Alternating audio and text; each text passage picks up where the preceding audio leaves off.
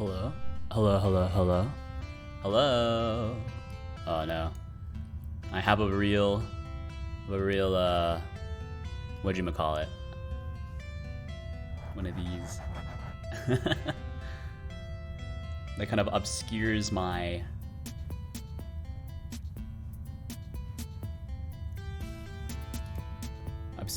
real thingy. Not my real thingy. Hold on, that's not the right term for it. Obscures my microphone, yes. So hopefully it should function pretty well as a pop filter. But you never know. Sometimes it doesn't work as well. And give me a second. I know I'm not actually displaying anything. For whatever reason, I'm just super out of it today. No, don't turn it on. There we go. Hello, it's me. Wow. Look at that. Alright, send me. Main, chroma keyed, open this up. Close this. This is just another game project I was looking into. Oh no, I'm trying to find the spark inspiration. I've lost it recently. Just feeling very, very unmotivated to work on anything.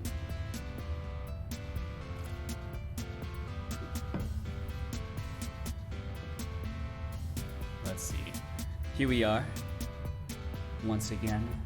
Doing anything I can.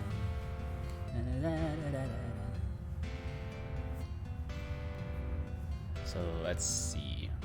Where actually am I in terms of this stuff? And let me just kind of slide my Discord thing all the way over. There we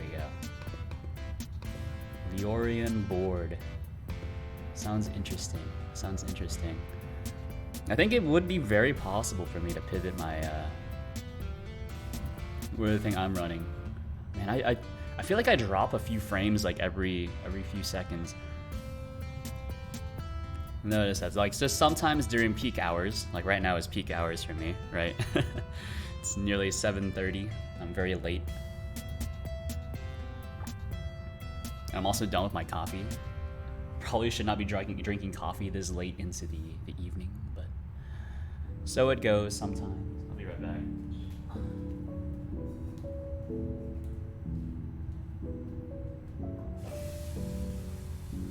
Totally forgot. Continue myself.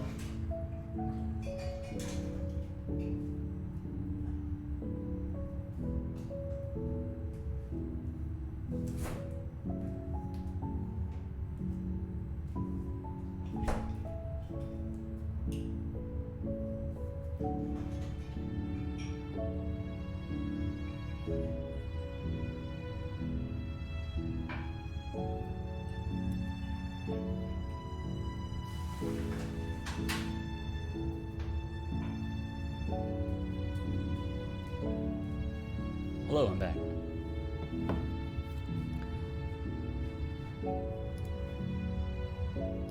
Alright, so where are we actually with this piece of software? Entities. Oh, also there's no new line. Really? Oh, I didn't add a new line at the end of this file. Horrible. Horrible. I think my opinions on how I like to structure my code is all taken from how you would usually do Python, somewhat. I don't really like how Python inserts 2 new lines between every single function. But I do like how they require a new line at the end of the file.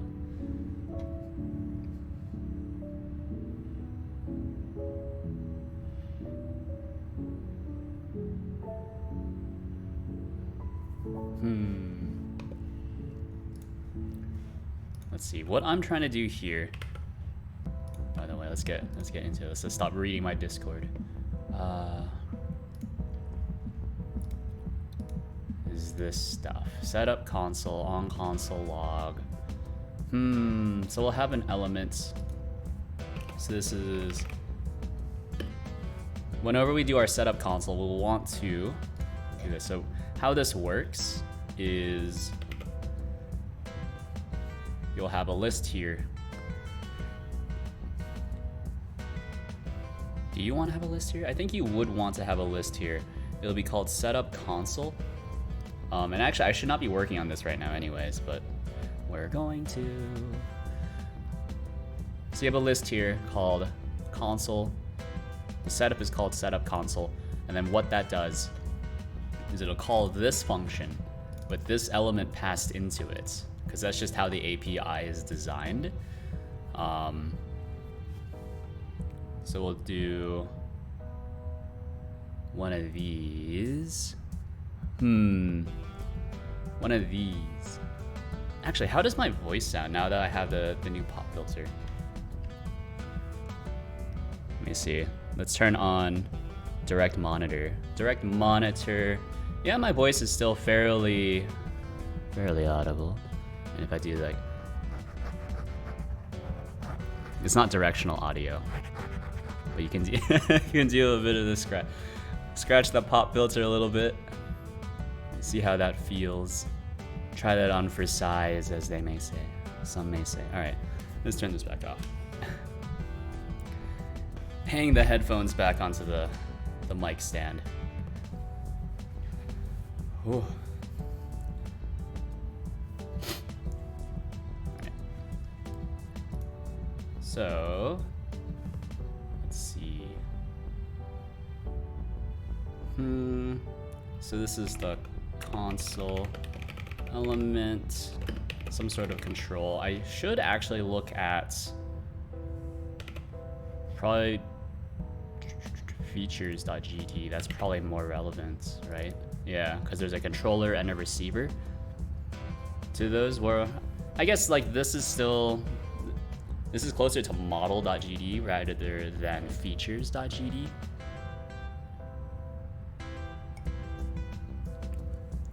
It's probably okay though.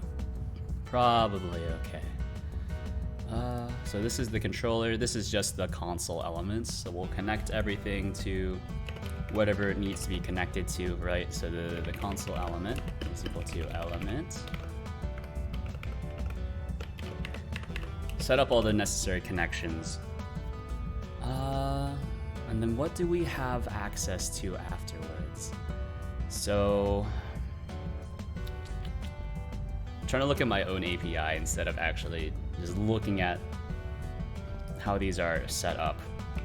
So let's do this. List elements. How does this set up? So you have a VBox. Yeah, so each one of these will have a VBox. And I wonder if I attach a class name to base elements or to list element, right? So I call this a list element. Will I be able to dynamically load this in at runtime? Or will it fail parsing? Because sometimes that happens. All right, check that out. Just drop in the thing. I wonder if that'll fail parsing. It probably won't, but it might. So that'll be pretty scary.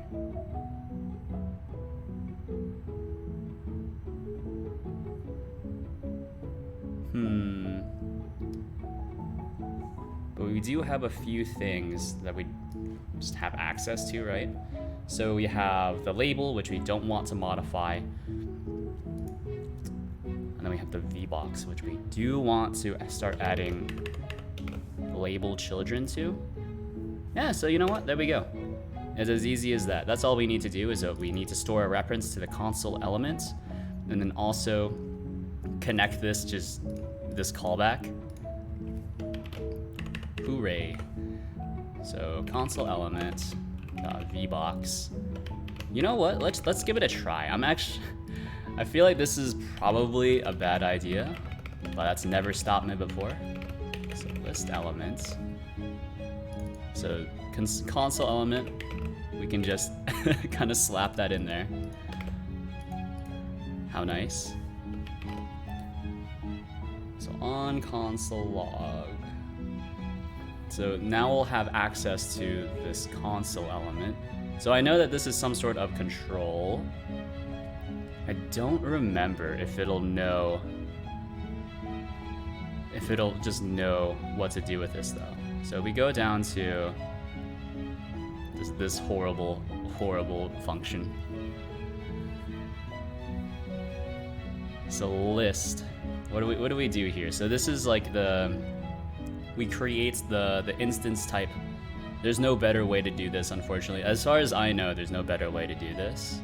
I suppose what you could do is you would define like a dictionary of all of these things, but then you need to have this structure somewhere. You would need to have this super expanded structure somewhere. So I think this is an okay way of doing it. So a setup function. What do we do with the setup function? Is that called in the base element? So setup. Oh, it's in setup. Not setup function empty.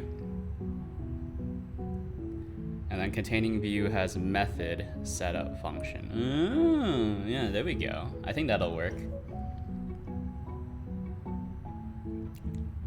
I think it might also be nice to have like a refresh element function, because some of these things, or I guess it's not really a. I think I need to fix it right. So if we go ahead and tracking GD, so I can actually demonstrate this right now. If we open up the editor and I just hit it with one of these, so you can see camera select. This actually picks up my webcam. However, app settings, we can reconstruct views. Right, so we just refresh everything. Actually, this refreshes correctly. How nice. I don't remember how that works. Does blend shapes work? Yes, probably. I don't know. I mean, let's continue to load stuff in. Looking really red right now.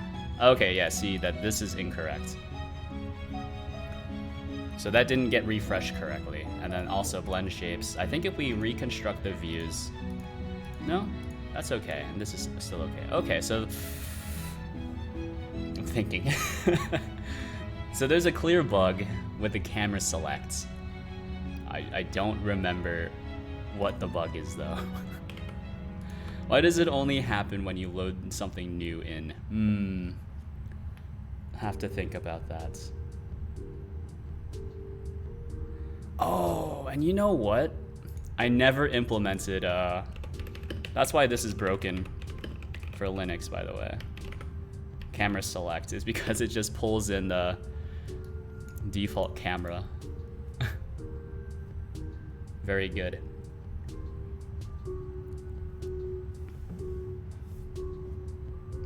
So, just have it like that, I guess. To actually implement this. How nice.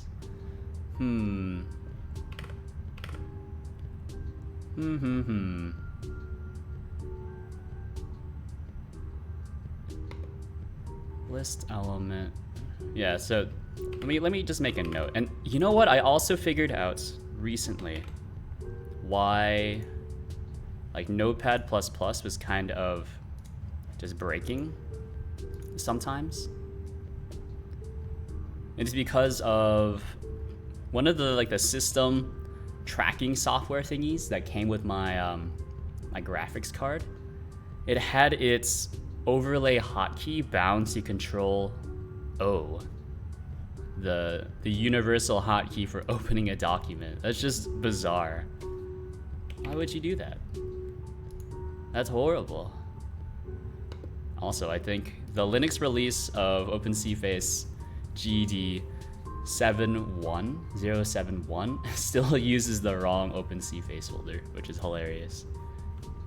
That's something I said I would fix, but then promptly did not. Let me see. What's the list that I came up with this afternoon when I was talking about doing this kind of stuff?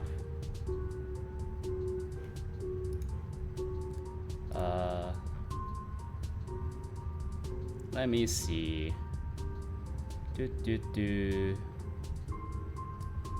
Better Linux compatibility is something I need to work on right now.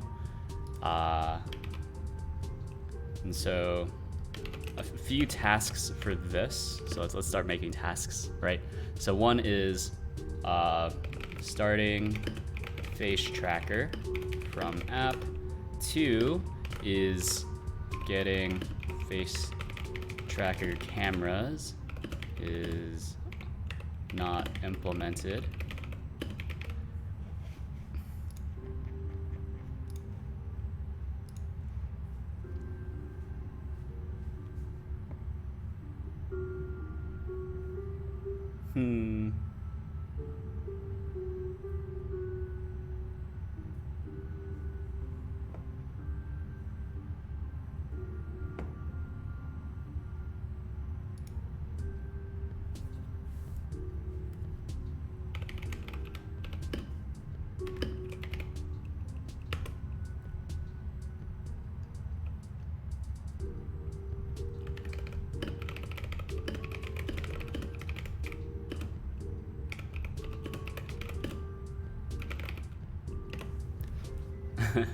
Ignore that. I'm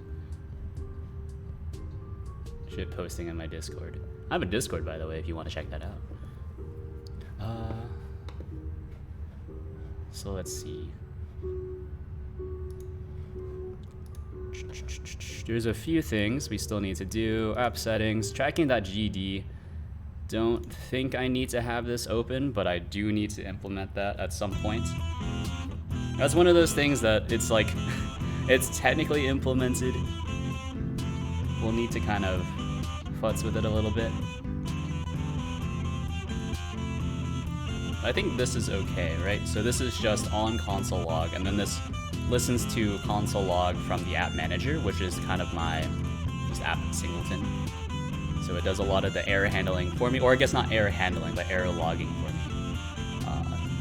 So it does a few things. The primary thing it does is manager. So it calls my attention to whatever it is, because we just do an assert false. It's kind of a brute force way of doing things, but that's just how we do things here. So console element. All right, hold on. var. So label is equal to label new. Right. So label dot text is equal to mensaje. Yeah, and then we'll just do VBox. No, hold on. Console element VBox add child label. Yeah, there we go. So we just do this synchronously. That's fine. Yeah, and then we just, after this, we do need to do a check to see.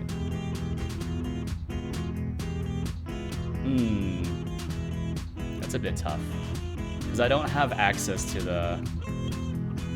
Wait, do I have access to this stuff? So what I'm kind of worried about in terms of the structure right here. So list element. Oh, it's just a VBox container, huh? So it can get infinitely large.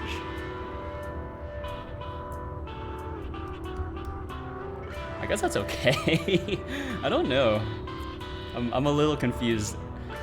So the list element does not have its own built-in scroll. Who made this?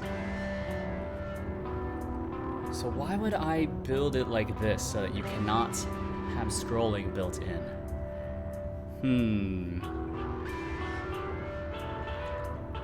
And it's because base view does not have that built in. Left container already has a scroll container attached to it. That's a bit tough. That's a bit tough.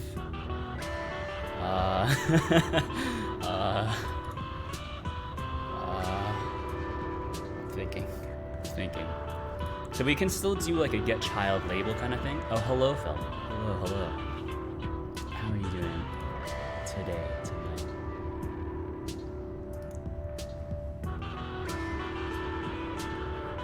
And I do thank you. I thank you for the idea of the Leorian board thing. I didn't realize that someone had already done it, but it was closed sourced. So now here's my time to shine. Is to create a jankier version of a closed source product. I do to thine own self thy strengths be known.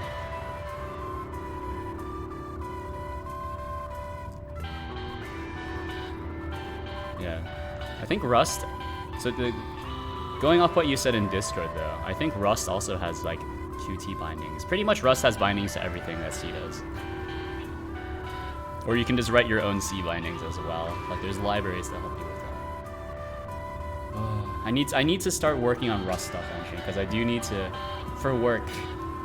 They're like, they hired me for a QA position to just write like test harnesses and stuff, but they're like, oh, you also know Rust?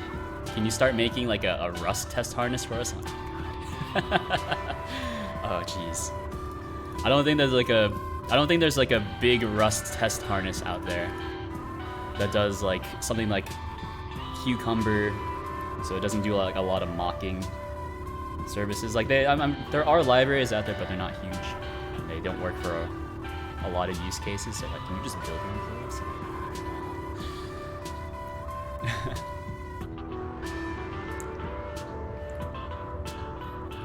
Guess we'll look into it. Cause all their QA guys only know Python. Qt binds but badly maintained. Nobody's worked on them for some time. Yeah, well that's the beast. Nature of the beast of open source.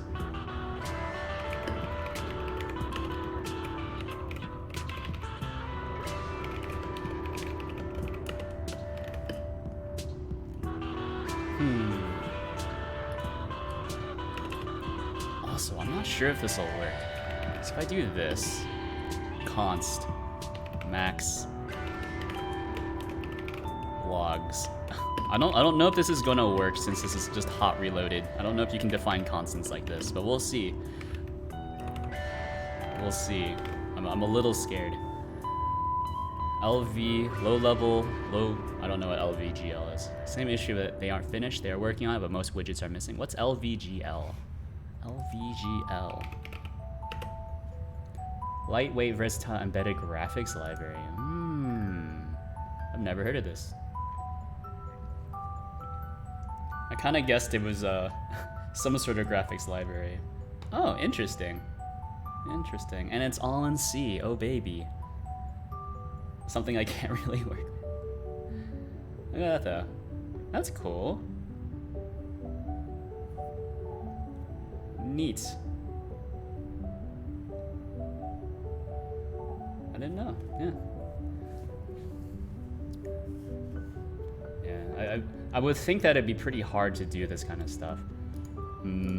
Have you considered using Go? The language I'm a little bit more comfortable with dealing with. Since I know that there is like TinyGo, right?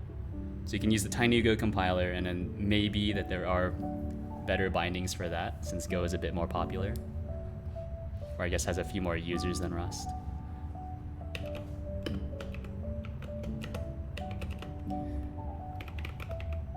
Console elements, VBox, hold on. Yeah, VBox get child counts. Hold on.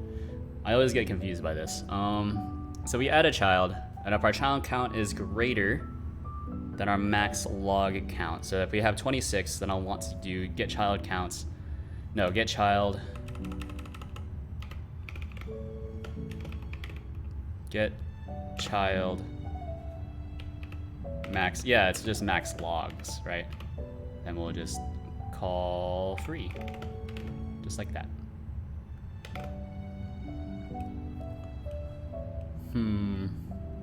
Go has pretty much no big benefit in embedded, since the main feature in Go doesn't work on single core systems with no scheduling. Oh yeah, for sure.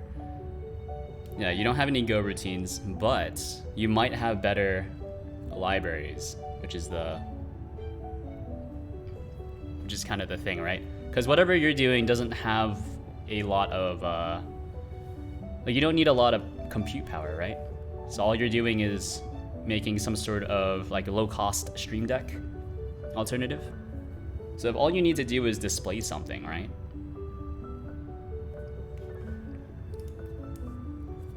And if the problem is the libraries aren't very updated, then Golang might have what you need. I know C, just gonna use C. Well, okay, there we go. I have no confidence in my C abilities, so. Anything that does the memory management for me. Alright, so we'll do console, element, VBox, move child. Yeah, like I think I could do C if I really needed to.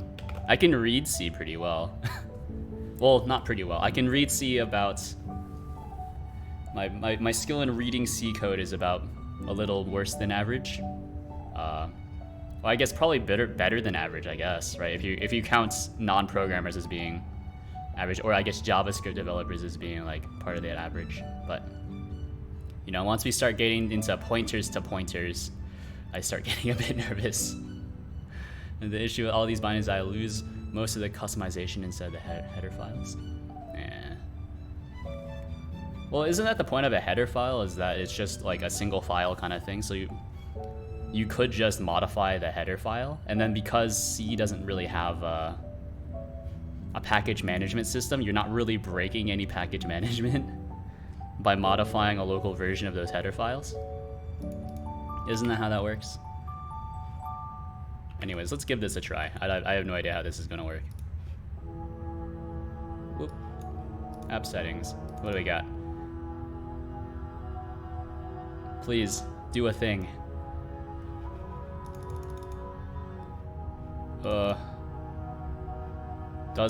Isn't this supposed to... Okay, yeah, so there's the log. It didn't actually log anything to the console, though, which was the entire point, really.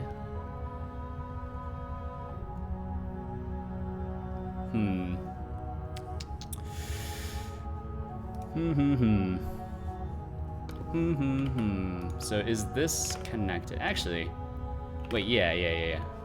So on console log, setup console. This has a thing called setup console that hooks into here. And all this does is it stores the console element, so we have a reference to it, and then sets up this callback.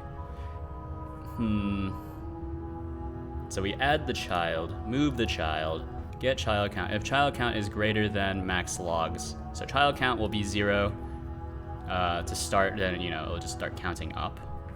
And then there's nothing inside of it as well. So console log. The issue is that with Go and Rust, I couldn't do that unless the bindings were designed for it, and they mostly never are. And Go lacks a lot of bindings for embedded uses, since TinyGo also isn't very fun. Yeah, it is true. That is true. Yeah, fair enough. Fair enough. Unless you like clone the bindings into like a vendor repository or something, or a vendor folder. Like I know that's how Go does it. I don't know how Rust does local crates. I've never had to do that. You can guess that Rust is more popular than TinyGo. Oh yeah, probably. Yeah. I was just kind of thinking that hopefully some of the UI libraries for Go would just be more or less compatible with TinyGo. Shows how much I know. Yeah, I've never worked at TinyGo. All I know is that it exists. I don't really work with embedded. Embedded is scary. Clear details on console log. Oh man. We'll just hit it with a app manager. Log message. Hello.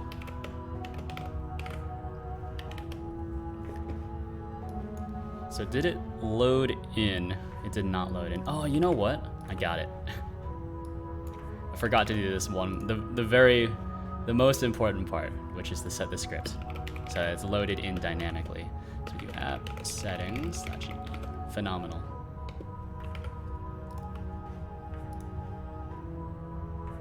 There we go. Press some buttons. Wait for it. Oh, there we go. Oh. That's wrong. It's almost correct, but not quite. So why is this just called console? Oh, it's because you're not supposed to do it that way. Oh, I forgot. Yeah, so in our list element, yeah, here's your VBox container, there's your label, and then you need to push everything, I guess, below the label. So if I was to do this, now we're kind of cheating, but that's okay. Now we're kind of cheating. For now, I can only write to the emulated frame buffer UI, why I can only missing a verb there. I'm assuming it's right since I have to wait for the display to arrive. I can only, let's see, let's play. We can figure out what the missing verb is.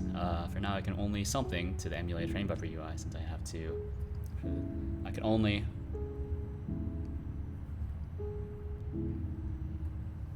It's already emulated. You're not. Clearly, you're writing to it, but I guess you can only. I don't know. I guess it would be right. Work with the emulated. That's almost the same thing. They both start with W.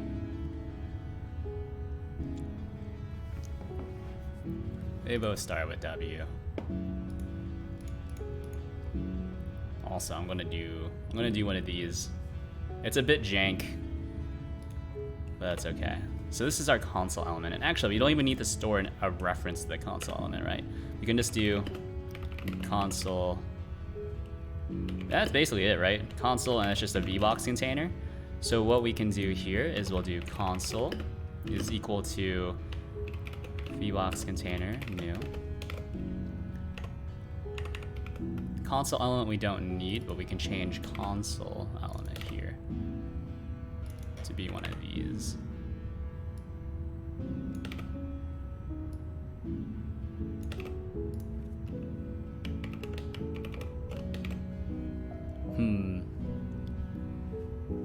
Sounds like an interesting project though, for sure.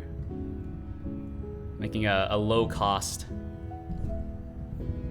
Excuse me, I'm just messing with my mic. It's a bit low. Sounds like an interesting project though.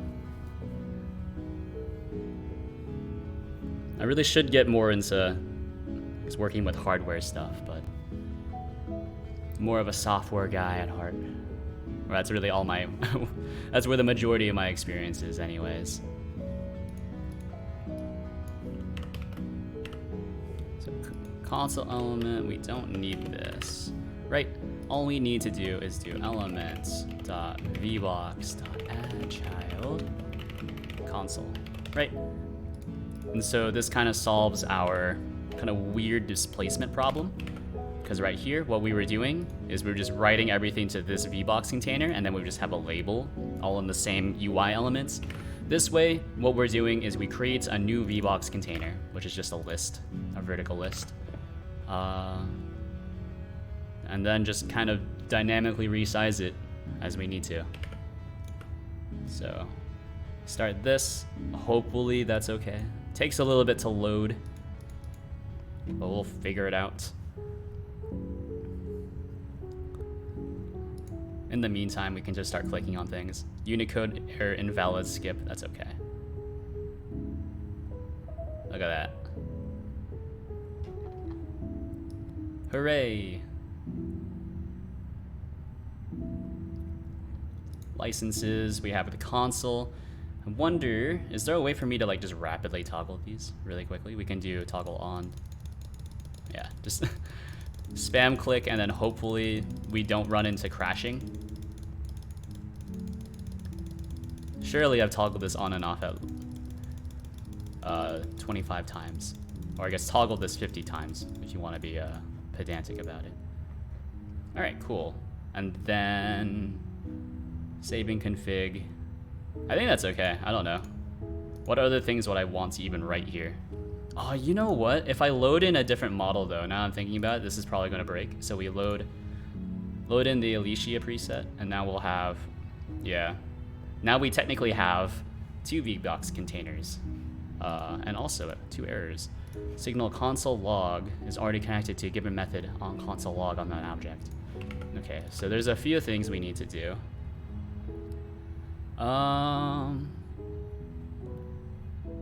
So we can do if console. Well, I guess if console, right? So if console is not null, we just check to see if it exists, right? So if console is already existing, that means we don't need to do anything to it. So we'll just return early. Hooray. So that's good. Here we need to do if camera element. And then these are all bad. We're gonna wait on that. If camera elements, then we want to do nothing, I think. Yeah. So here's another fix. If camera elements, then we just early return. There we go. So here, what should be implemented, so we have our console here.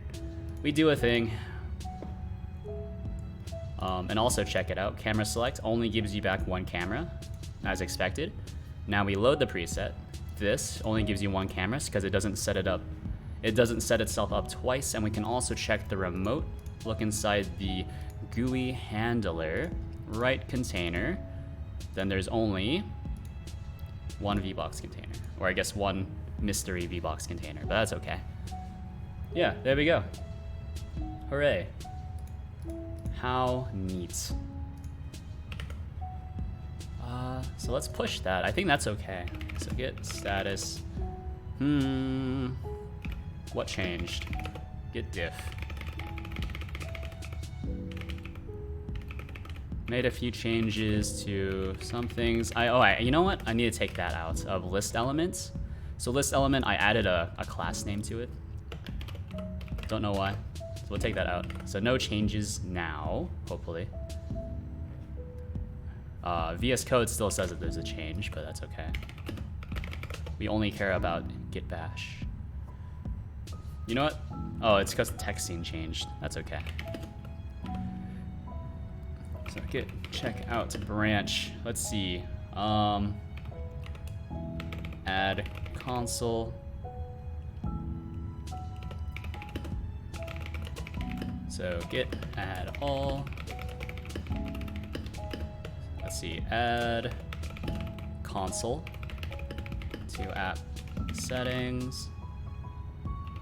Fix some bugs when fix some UI bugs when loading in a new model. Push U origin. Oh, I thought I typed that incorrectly. Look at that. He's so good. Man, I love doing this. I love just pushing to my own branch. All right, add console. It makes me feel so official. Let's create a pull request. It's pretty much just gonna be me though. Odal.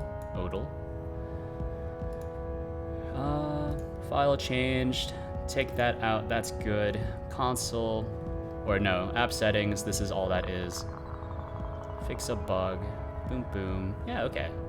Feels pretty good. Get merged.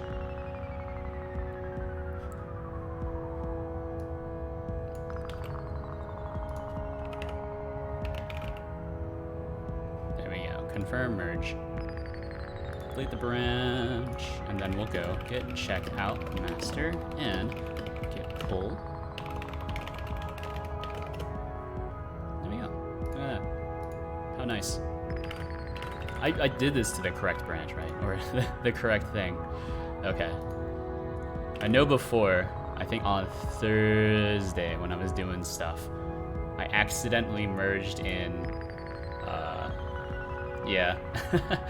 I merged in something from the VSS project. It was supposed to be a rebase, but instead I pushed it to OpenCFace GD. Curse you, GitHub.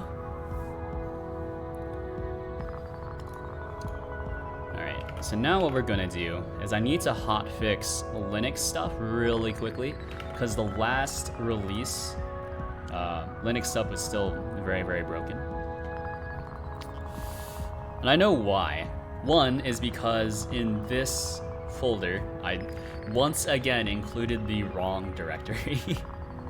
I included the Windows binary instead of just the Linux, the Python stuff. And then 2 has to do with OpenCface, open GD, so the receiver part. So there have been a few pull requests, which have been very nice, implementing like face tracker IP address, and they even did it correctly as well. I was impressed.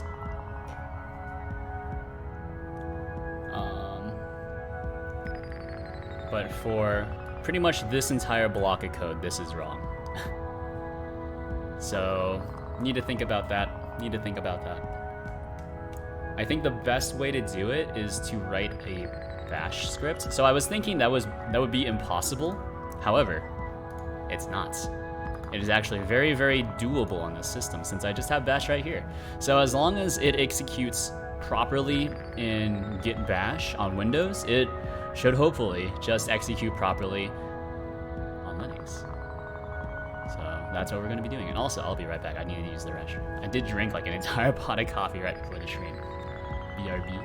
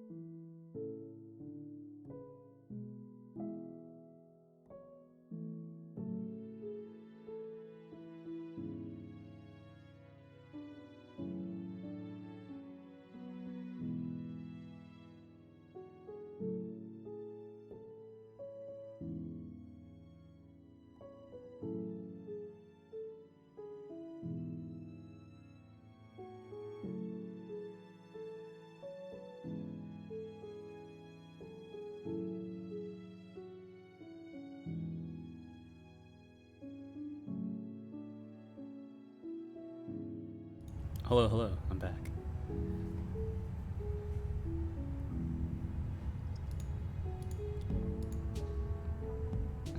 Alright. Always good just to make sure that it still works. Sometimes it doesn't. Sometimes it doesn't.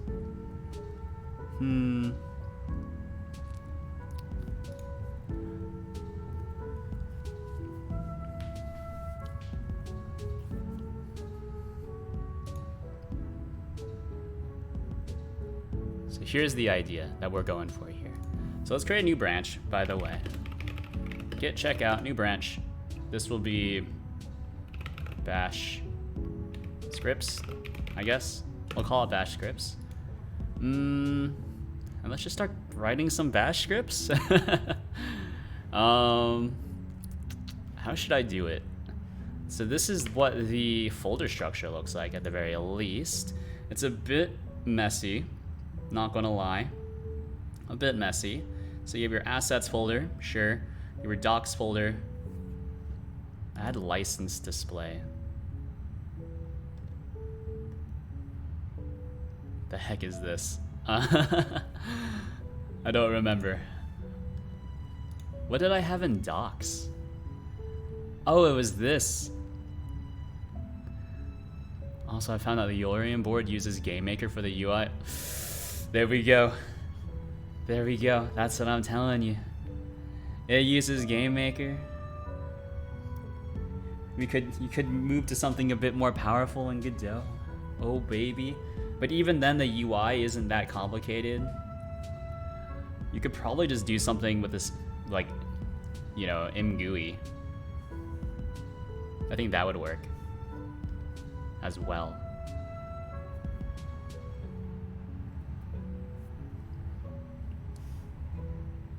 Right, because MGUI is just immediate mode, so they're not stateful. But I imagine that there's not too much configuration you would really need to do, except for the drag and drop part, which would be admittedly a bit hard to do in I guess an immediate mode GUI. Lib yo-yo. Oh, there we go. Calm yo-yo games. GameMaker. Interesting. So, just goes to show you. Who needs to use, who needs to make games using GameMaker? You could just make tooling instead.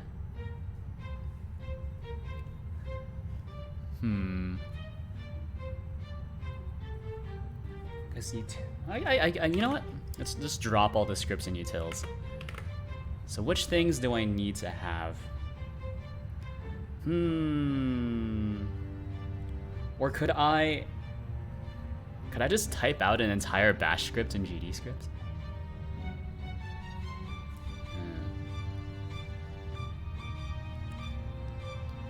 Also, doesn't GameMaker, you can make GameMaker games export for Linux, can't you? Doesn't GameMaker just have a Linux export? Or no? Yeah. At least GameMaker Studio 2 can export to Ubuntu, and then presumably it should just work for other things that are Ubuntu compatible, which is pretty much all of the popular ones, right?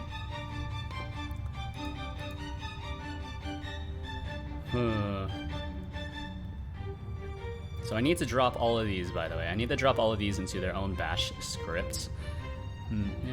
Since there is no source, I can't export it. Yeah. Oh, you know what?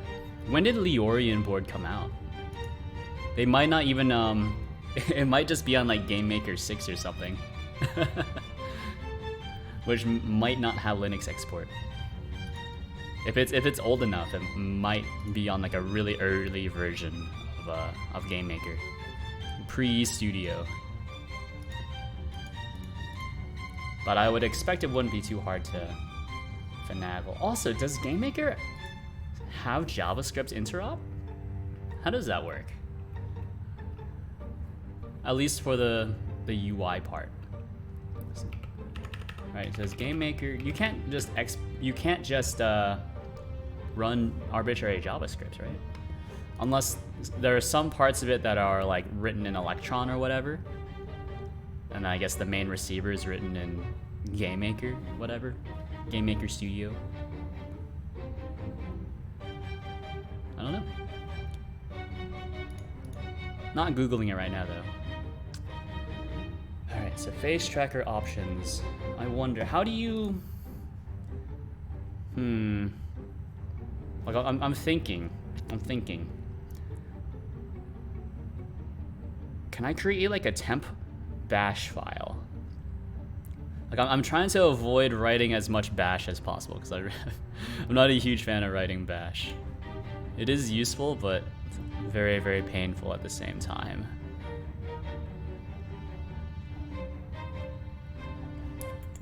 I'm thinking.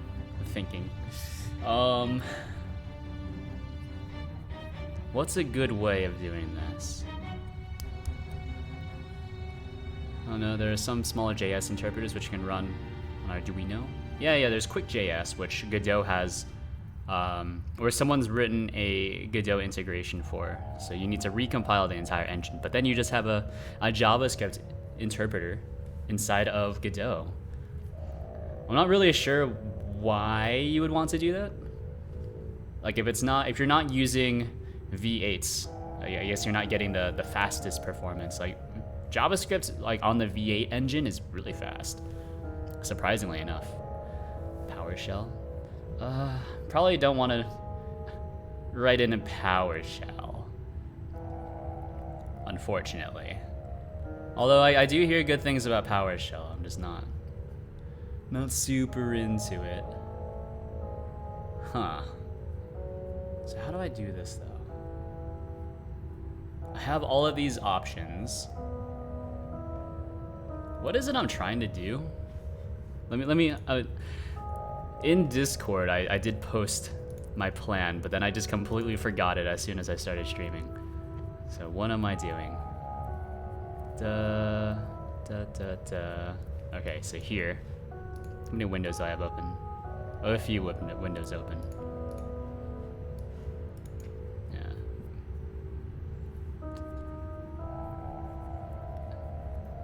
Yeah, unfortunately, on a lot of systems, PowerShell does not come pre-installed. Or I suppose, fortunately. Most systems, you can usually depend on them having something, or usually depend on them having Bash, or something that's Bash compatible. Like Cant's Fish, that shell can run, I know Fish is one of the shells that has a lot of problems with interop, at least more than ZSH. ZSH usually works with everything, but back when I used Fish, which is like 6 years ago, and I mostly just changed it because it had a really cool name. Happy Halloween, Shuba Shuba Shuba. Hello, Insectable. What we're working on today is we're writing some Bash scripts.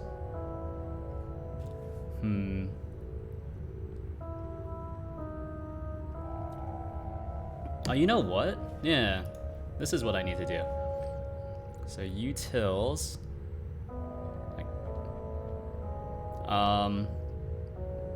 So there's a few things we need to do.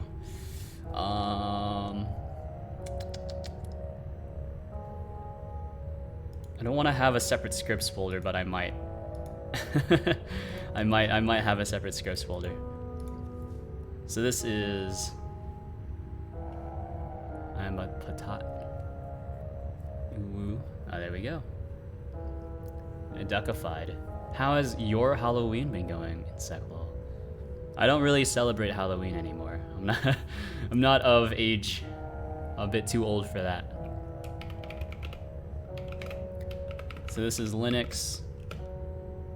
We'll just call it Linux, right? Or I guess execute Linux. Or I guess Linux. Or run OSF Linux. So we'll hit it with a bin bash, your normal shebang. Yeah, just heard a lot of sirens and gunshots outside. I guess you live in the US then? Guns. Oh, I say that as if like I'm not used to guns, but I have fired a fair amount. I've never fired an automatic weapon though. I do want to do that one of these days. But been skeet shooting before. That was a lot of fun. I'm very bad at it, but that was also when I was pretty young. I live in, oh yes, I see, I live there as well. What a nice place to live.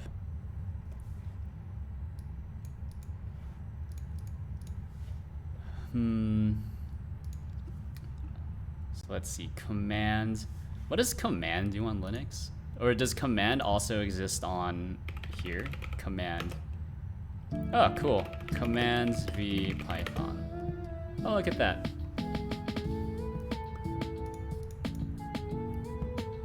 Yeah, but fine. Guns, lots of fun. Guns, lots of fun.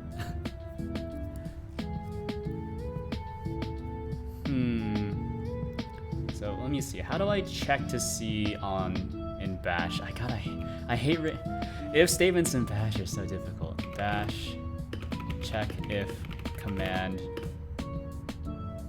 returns nothing. Test if command outputs an empty string. Empty output. They don't return values, they output them. You can capture this by using command substitution. You can test for a non-empty string.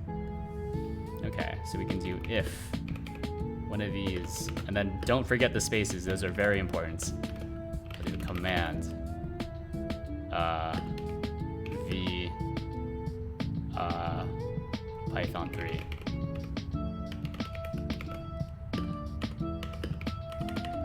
I forget if this is like the most compatible way to do it, but this should just work. Then elif bum bum. Remember to double up. Then this needs to be command. Pretty sure most modern systems will have command pre-installed, but maybe not.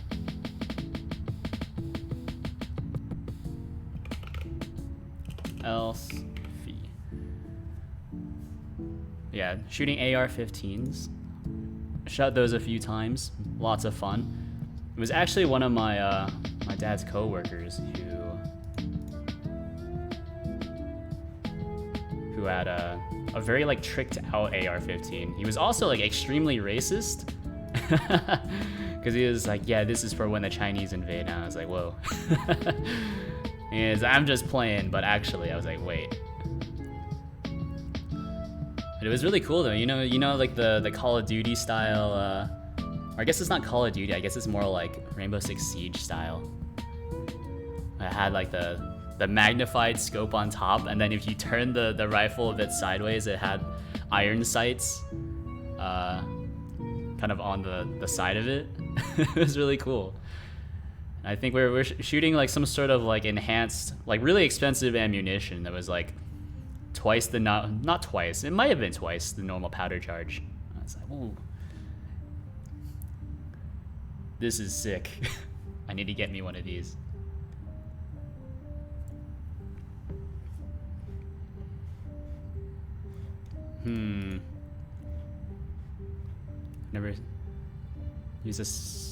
Never used a single shooting weapon except for a bow and arrow. Was it a compound bow or just a simple recurve bow? That's the question. I find compound bows to be pretty hard to shoot actually. It's like it takes all the it's like I brace myself too hard to shoot a compound bow. Where a compound bow is like, you know, like the Crisis 3 kind of thing. It has the wheels. Pretty cool. I think shooting 22 rifles, which is the one I'm most familiar with shooting, I was accurate up to 50 yards within a quarter, which isn't great, but you know. Pistols I was pretty bad at. Pistols pretty bad at it. AR-15 also pretty bad at it. But that's because I was shooting from a standing position. That's my excuse. Shot a compound bow but never was accurate. Yeah. Shooting bows, I was okay at like 25 yards. I don't know how many yards are in a meter? 25 yards, 2 meters. 22 meters. Yeah. Okay.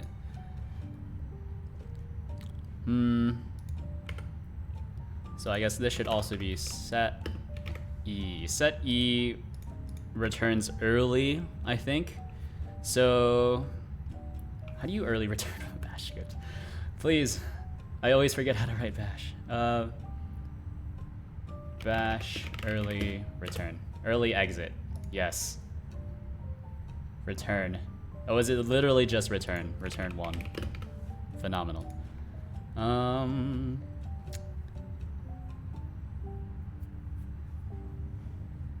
And then I'm just looking up how to write bash.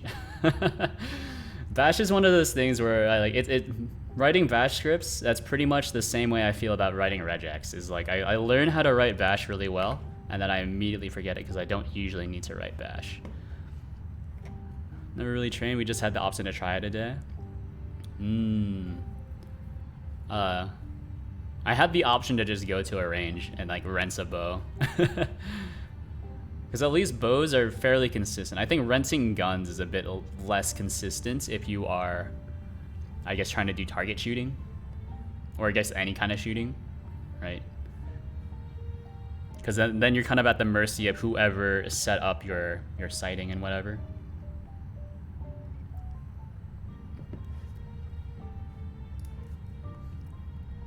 Let me see. Bash. Isn't it just store variable? So you can have like Python commands is equal to nothing. Check if string is empty. Bash check if string is empty. So string. Oh my god. Wait, no, I don't need to do this, right? I can assume that it'll work. Okay. So Python. What am I looking for? Bash check if command exists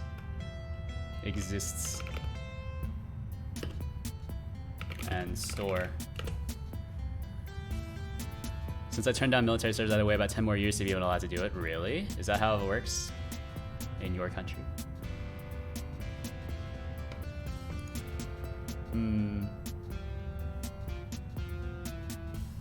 Use bash. If not, type command name. Type? What does type do? Does that exist in Git bash? Is that something I can actually test here? Type. Python. Actually, we'll do it here in the other terminal. Type Python. Oh, yeah, look at that. This is probably better. Oh, hello.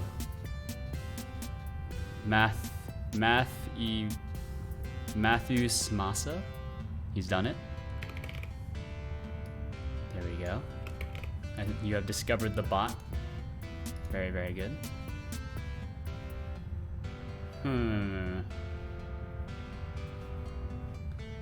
So type repo, yeah. There's the repo. The bot is free and open source, written in Golang. As you can see, I only use tools that start with Go. I've already made that joke once, but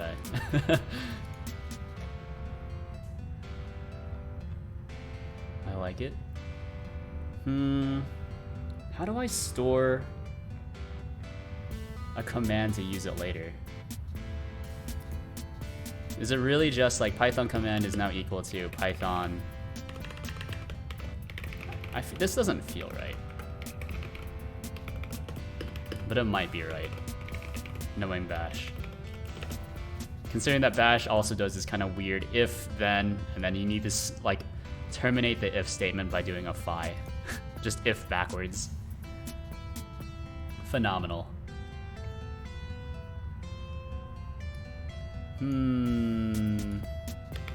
So that's your bash script to get your Python command. And then can't you just do one of these? Python command? So we just can't evaluate string as command. Bash execute string as command. Oh, hello, Knock. Hello. Did you get the duck? No, you became a bear. Bash, you only need a string to execute? Nice. Command echo. Oh, so I don't even need to do this, right? Kuma is acceptable. Freaking weeb. Calling it a Kuma. Did you know, I learned recently that a lot of Japanese animals are just called, or they're written in katakana, not hiragana. How strange.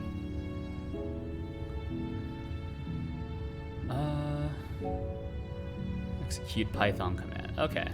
Oh, it needs to be no. Does it need to be execute? Or can I just hit it with like an eval? One of the Deathball source code, so I'm just following your lead. Haha. I see that you have you have read the source code. Oh no. Python command, and then I need to pass in all of these options. Oh no. There's actually options I need to pass in. Still porting, slow going since I have a few ongoing projects. Same. I have a lot of ongoing projects. I'm still trying to find the game dev spark again. I feel like everything that I've started recently, I've just like not liked how it went.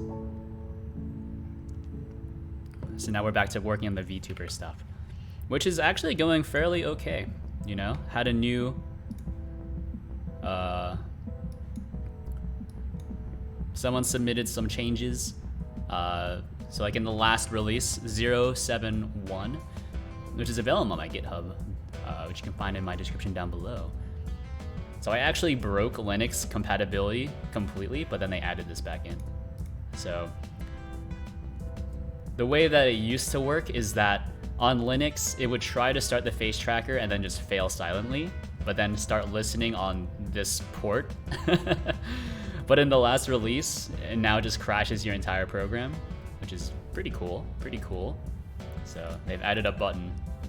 So if it should launch the tracker, it'll try to run the script. Otherwise, it will just start the receiver.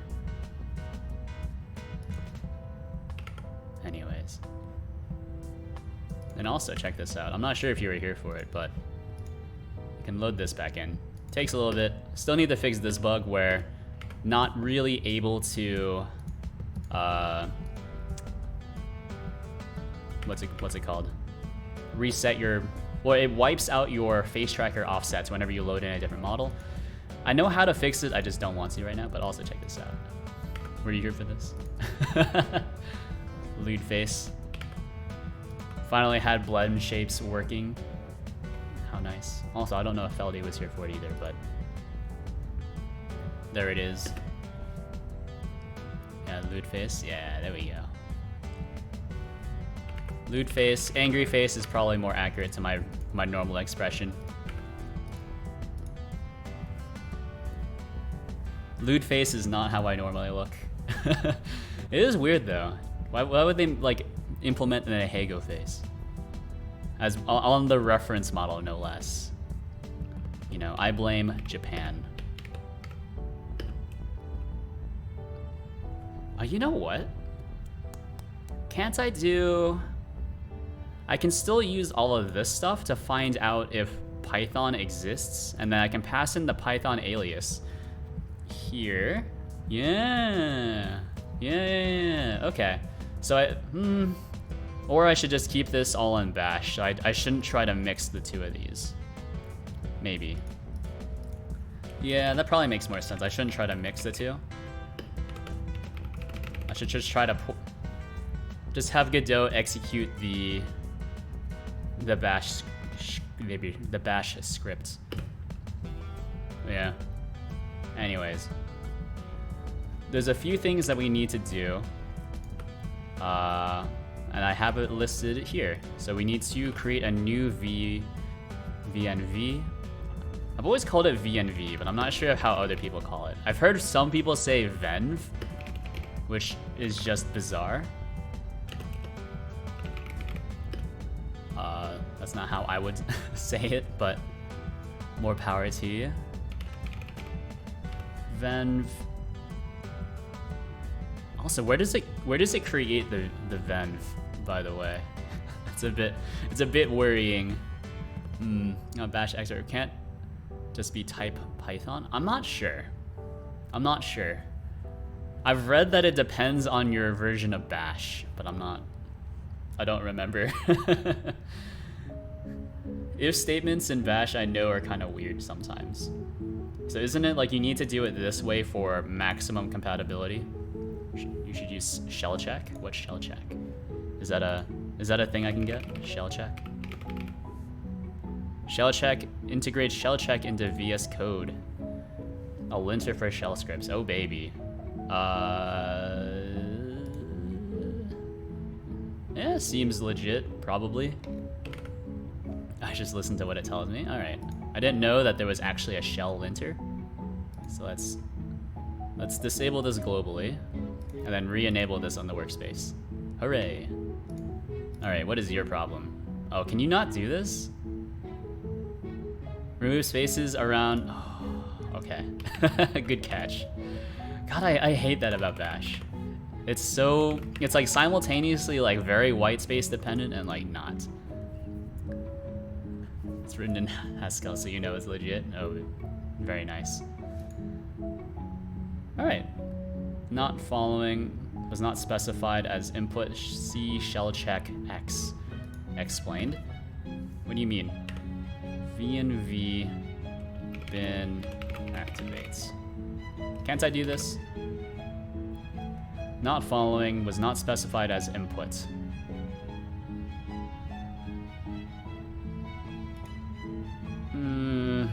I don't know what this means, but okay. Alright. Logically that makes sense to me, but maybe not. And then we hit it with a pip. Pip install all of these things. So there's a few things that we need to pre-install for Linux support. For OpenC Face. The face tracker. So let's go to the repository that I have open on my other screen. Slap all of these into here. I hope this will work, but what I think might happen, I'm not sure where it will create the VNV. I'm not sure where it will create the VNV, or venv if you're just a total degenerate. But hopefully this should work. And then, considering that we're trying to use Python 3, we're falling back to just regular Python. Hopefully it's not Python 2, but I guess I'll just let it break. And if you only have Python 2 installed on your system, then I guess that's your own fault. Because Python 2 is deprecated. Or it's not even deprecated, right? It's end-of-lifed already. Technically not deprecated by my company, though. Or not end-of-lifed, it's just deprecated. They still sell support for it. Oh, baby. If Python 3 can't be detected, error, nah. You know, if you want to try to run it via Python 2, I'll let you. You know, how you choose to live your life is none of my concern. You know, sometimes like some people, I know I used to do this as well. I've stopped doing it because I realized how dumb it was. But I used to actually redo the symlinks so that it would say, like, Python would just refer to Python 3, and then you would have to explicitly type in Python 2. But that's a horrible thing to do. I've since realized. But in my first few years of using Linux, I used to do that on all my new systems. But, you know, kind of realized it kind of, that's not a great thing that you should do. I guess we can just echo. Yeah, we can echo. I just use my own alias. Yeah, well, isn't the problem is that some scripts rely on Python 3 being available in your path. So if you point it at something else or you redefine it, or some scripts also rely on Python just referring to Python 2. So if you redefine it, things tend to break.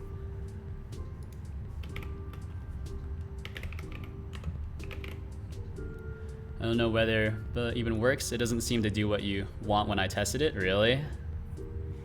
Oh no. Test if command outputs in a... No, that's test. How can I check if a command exists in a shell script? Does this not work?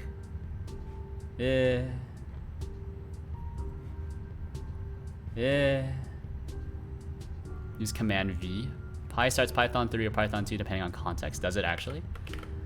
Only stand on Linux to link Python to Python 3 since Python 2 was even removed from some repos. Really? Interesting. That's how much of that's how far out of the game I am in terms of Python stuff. Okay, yeah, I can use command. I think I used to use command V. I am using command V here. And I stopped using Python years ago. Yeah, I need to start getting up to speed again on Python though. Python and Rust. It's gonna be very scary. Will this work then? Command. I don't know. I mean, this git over, or this stack overflow. I almost said git overflow. Yeah, I guess this one doesn't use the brackets. Well, no. This is for fish. All right, get out of here. I don't care about fish. If not, type whatever to dev null. What the heck do these do?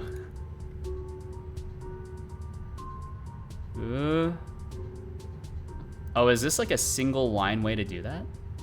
New job? Oh yeah, new job. Yeah, new job. Hired me for Python, but then they saw my test results and they're like, wait, you did this in Python and Rust, right? That means you can also create a Rust test harness for us. I was like, oh God. They got me.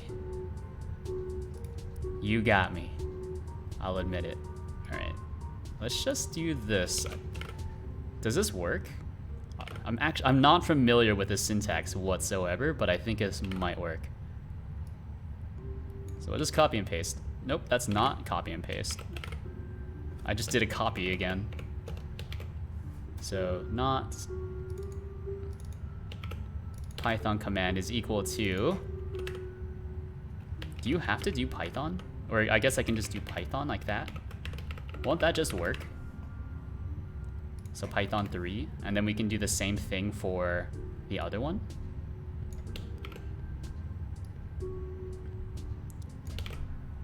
As a Rust test harness? What? Yeah, exactly, right?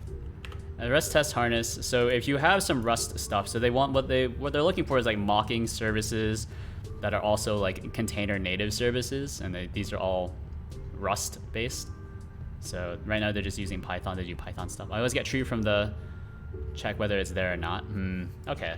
I think this one should just work then. You know what? We're not even going to echo. This is good enough.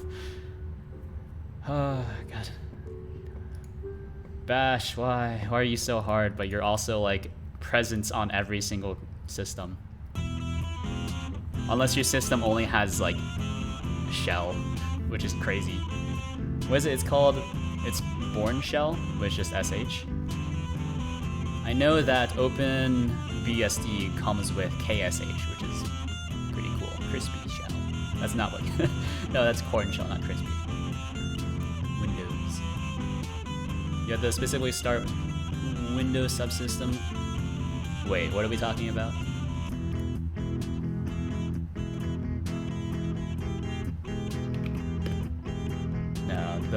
If we're talking about the Rust test harness stuff, the ever presence of bash. Oh no. Well, I guess you kind of do. As long as you execute it from git bash, it should just work. So if you have git installed, which you hopefully do, if you're a developer, and if you're not using git as a developer, then I feel very sad for you.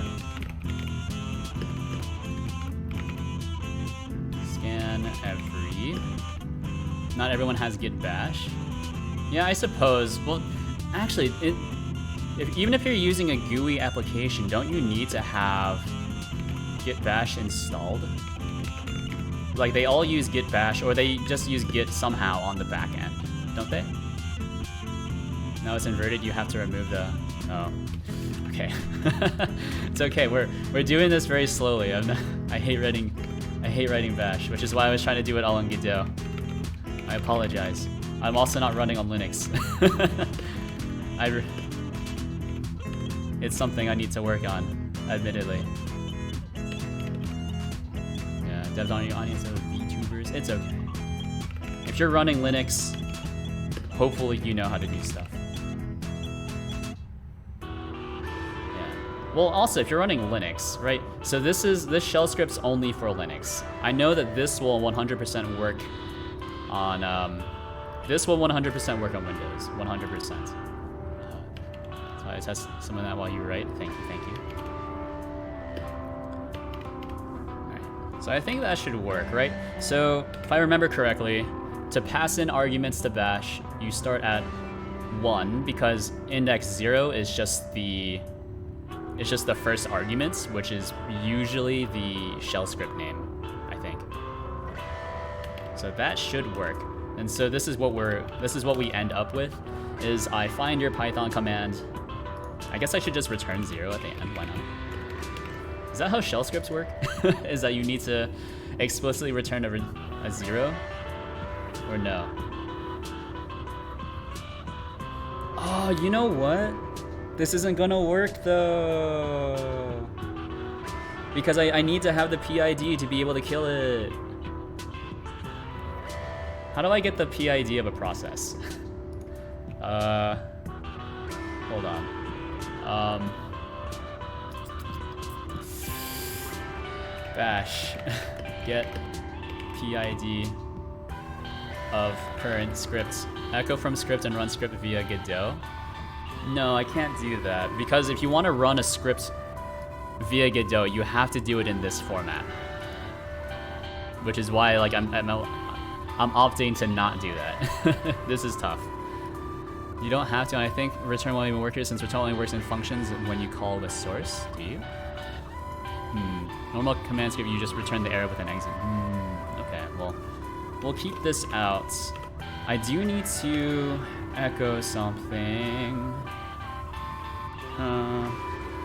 How does get PID using for a script using the script file name?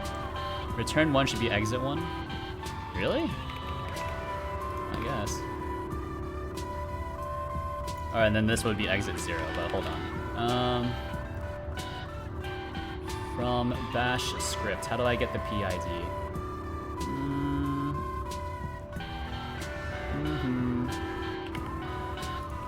So this is what I'm looking at. This is the wrong thing, by the way. With dollar, excited dollar sign. Okay.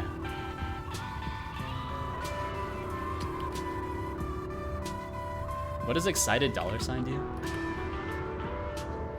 I thought it was if you want a background to process, you would do ampersand whatever. What is dollar sign exclamation mark do? You also have to add a ampersand to the end of the command. Wait, so what would the command be then? It would be, I don't even know. How about cash bang? I think you're describing another process altogether, but I like the way you think.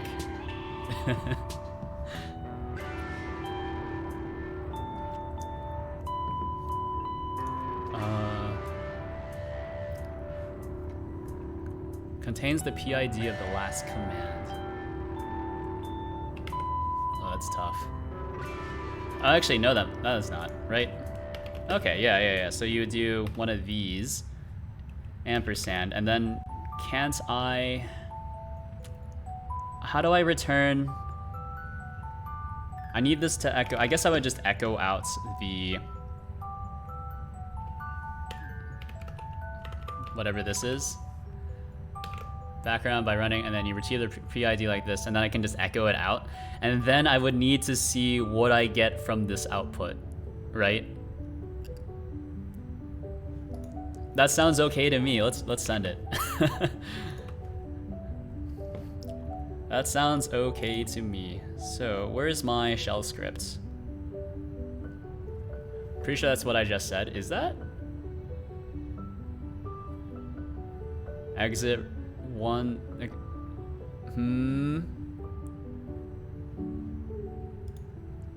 Or are you talking about the cash bang?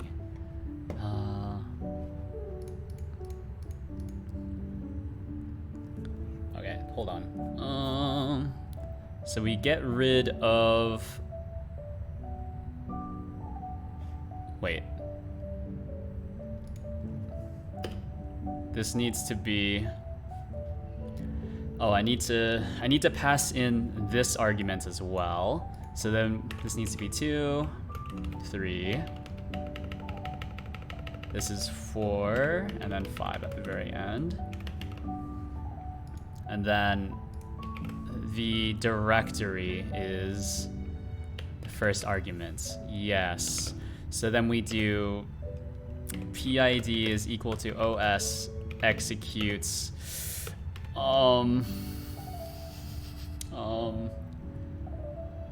Really struggling here. So that this is the contributors comment, but we're just going to ignore it for now because I'm fixing that by doing this thing. Because I'm pretty sure pip does not. Yeah. If you call this when these packages already exist in your environments, we're creating a new VNV anyways, so that's okay. So this command will just check to see if these exist, and then we'll do nothing if they're already installed.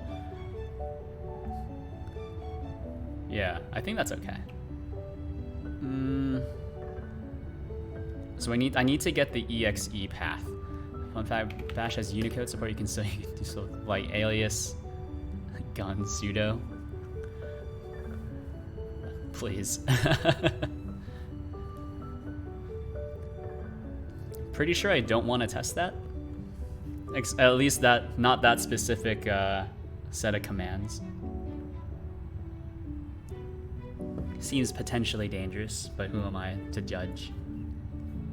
I don't really have good emoji support on this keyboard anyways, though. So exe path.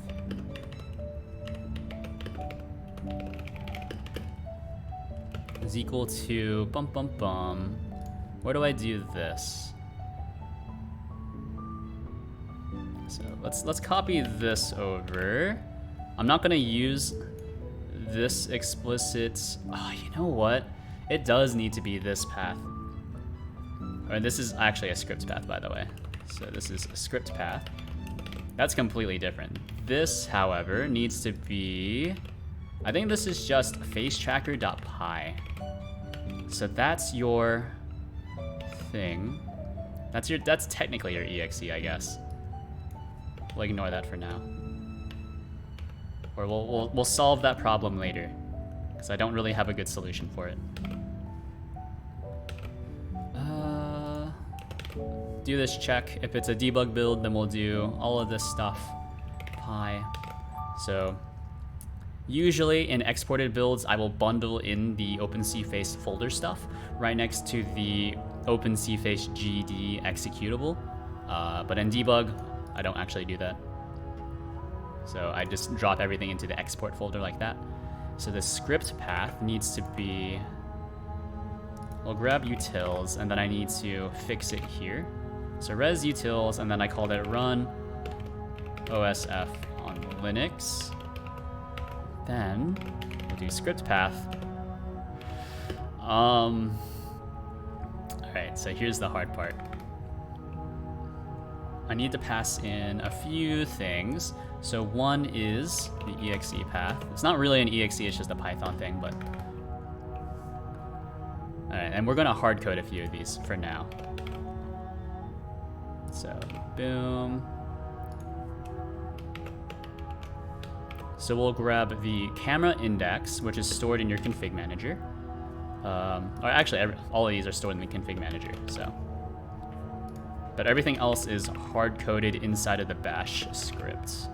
So I think that's okay to just grab them like this.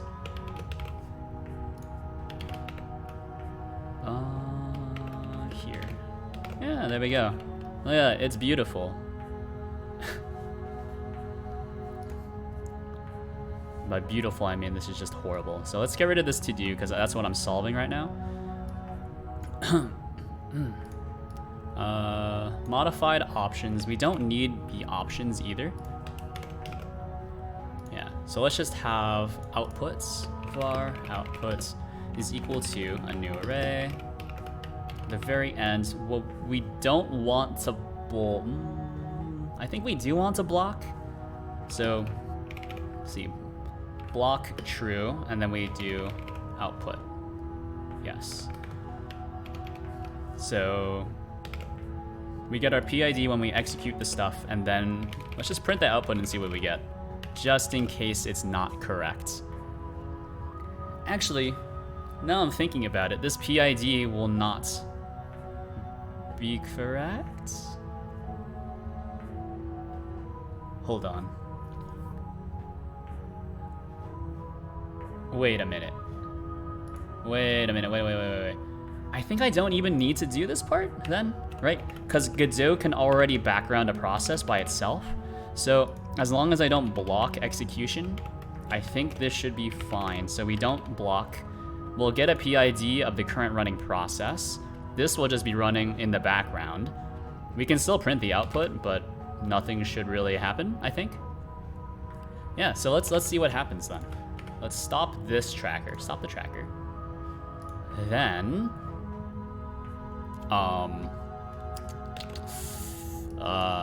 what do I want to do here? Let's just comment this out. Ooh, grab this, comment this out. Yeah, there we go. So now I can actually test it on Windows. So this should be executing in Bash, I hope.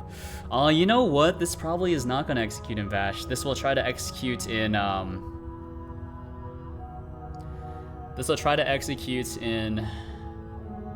command line. Hold on. So from the command line, can't I execute Bash from here? No, that's Bash history.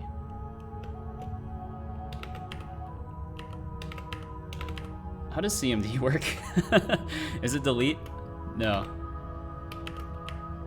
Alright, well. How does CMD work? How do I... It's not Bash? I can't just bash things like this? Isn't Bash on my path? See, this is why I switched to compile languages. It's okay. It's mostly like a symptom of how Godot works, right? Because Godot wasn't really meant to try to execute things like this. And also, Bash sucks. If only there was like a bundled executable for OpenCFace. This would make my life a lot easier. It stands on, that's fair enough. Bash, yep. Didn't think so. Actually, isn't git bash? No, that's my git config. What happens if I just do git? Oh, there we go. I don't know. Can't I do which? Is it where? Okay, where git bash. Maybe git bash echo hello. There we go. I think he's done it. All right, so this is how I can kind of cheese it on Windows.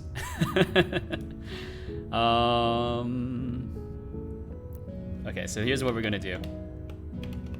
Copy all of this. Comment it out. Boom, boom. So this will be script path. Kind of got all of these kind of mixed up. So then we'll just execute git bash like this. What is where? So where works like, well, you know, where, which, where is. Isn't it just, it's just called where is on, or in bash? No, where, yeah. Doesn't where work in bash? Let me check. I have a Mac running on my other thing here. Let's see, where. Yeah, where, git. Windows version of which? No, Bash also has where, at least on Mac OS. I think, doesn't Windows also have which? Did I already try that? No, okay. Yeah, Bash has which. I'm not sure what the difference is though, but I'll accept it. Anyways, let's give this a try. Hopefully, this will not start my face cam. So let's turn off the camera switch just in case. So let's start the tracker. Hopefully this doesn't like hard crash everything. Hooray! Doesn't appear to be working. What happened? I did see that it tried to start something. Starting face tracker. So that Space tracker started. PID is 12552. My face cam, or I guess my webcam didn't start. So I'm assuming that didn't work. Stop the tracker. And then we crash. That's good. Oh, you know what? So if we're not able to grab a connection, this will actually fail as well. So we'll need to do... Mine doesn't.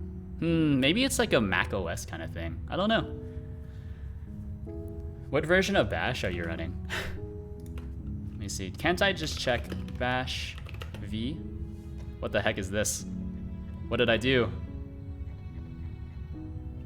Bash. How do I check my Bash version? I'm on version 4.4. Linux, where it seems to be BSD. Interesting.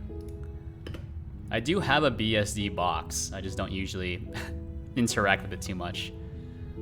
Where on this thing? In CMD?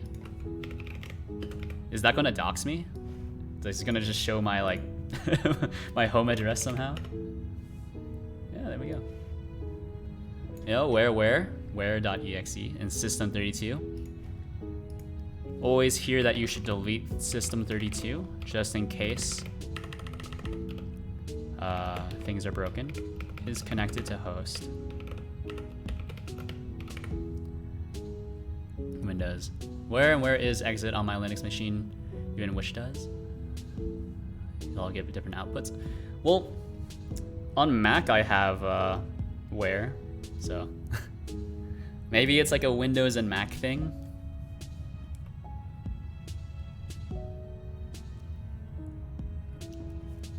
I'll give different outputs. Hooray!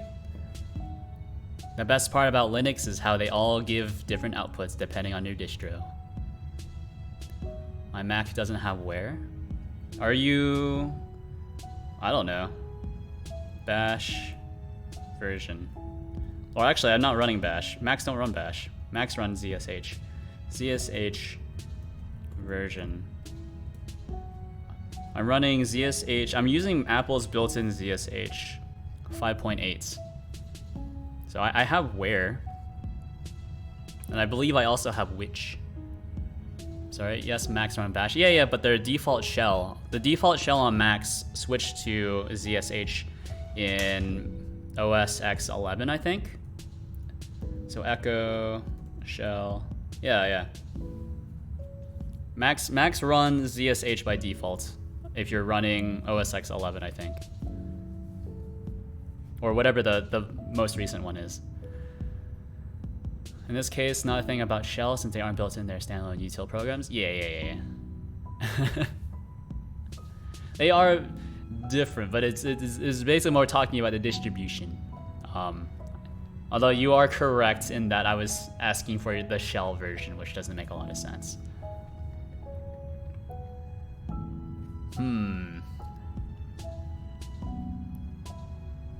I don't know.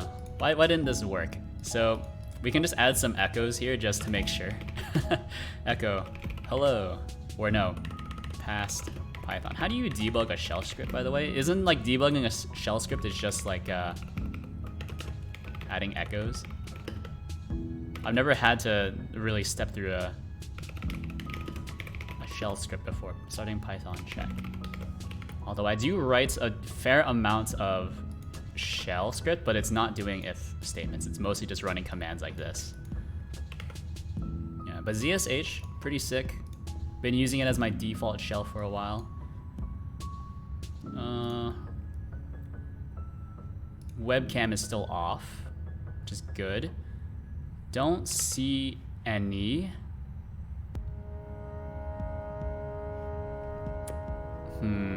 Hold on. Alright, that's my command prompt. Is it running a bunch of face tracker processes in the background? Alright, good thing it's not. Hoi on server, good to know.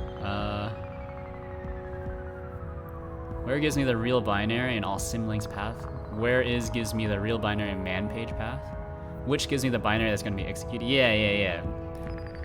That makes sense to me.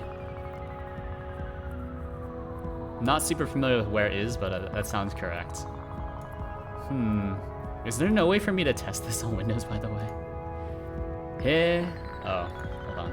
If connection, and.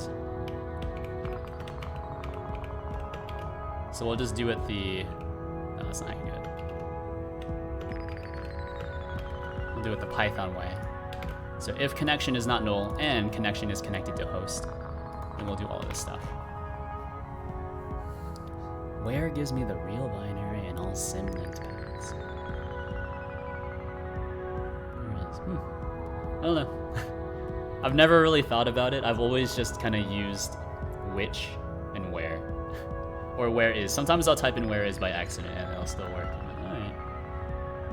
Good enough for me. Should probably just use command. Well, the problem is, well, what am I using, by the way? I'm using type. Yeah, I was reading on Stack Overflow though. It said that type is supported on all shells. Is command built in as well? Oh, you know what? This is command P, not command B. Oh no, type. Actually, wait. I guess we can use command. Maybe I'm doing this wrong. I don't know. I didn't see any output either, so who knows? Wait, hold on. Bring me back. Type.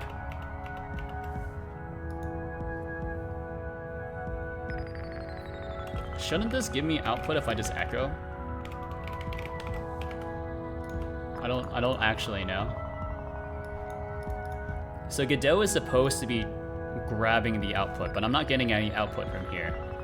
So, but it did start a PID, or start a process with PID, and I don't know if it actually executed. So PS aux.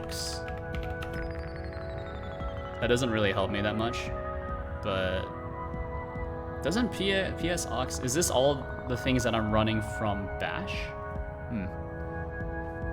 Doesn't matter, you've specified bash in the shebang. To be fair, type is also built in, so that's fine. So log to file instead of logging from bash, I mean? Okay.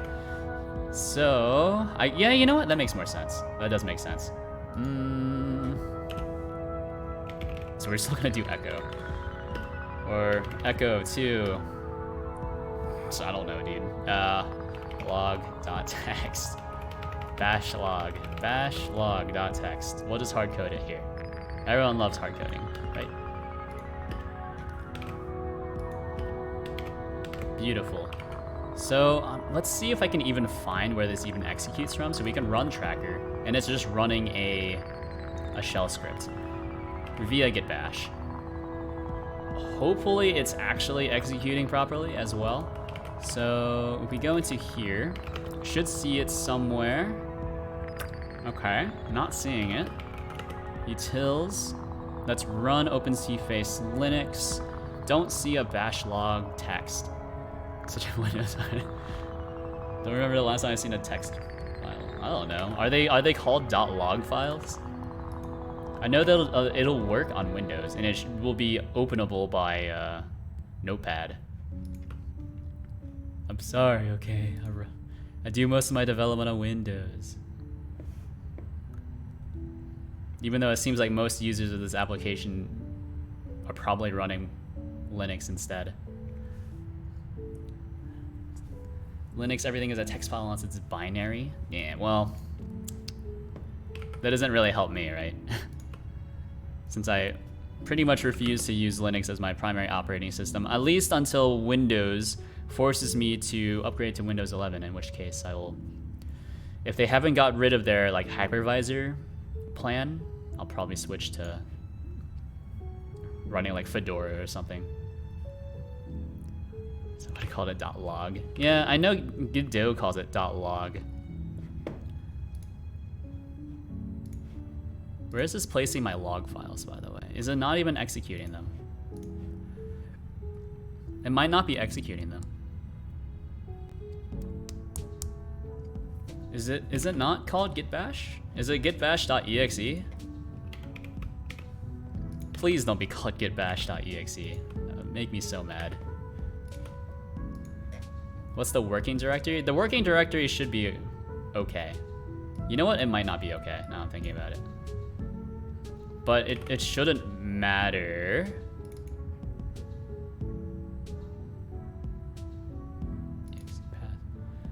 Yeah, it shouldn't matter right now because we're still running through the preliminary script stuff. So I should be seeing some sort of logs somewhere. So once we start... Yeah, the problem is I'm not seeing any logs. Not seeing any logs. I can see that it is really quickly executing git bash though, and then exiting just as quickly. So no logs here. ls, utils, no logs here either. The somewhere is the working directory. What do you mean somewhere? Oh, I actually don't know. I guess we can do an ls to see where git bash just... That doesn't help me though. That doesn't help me.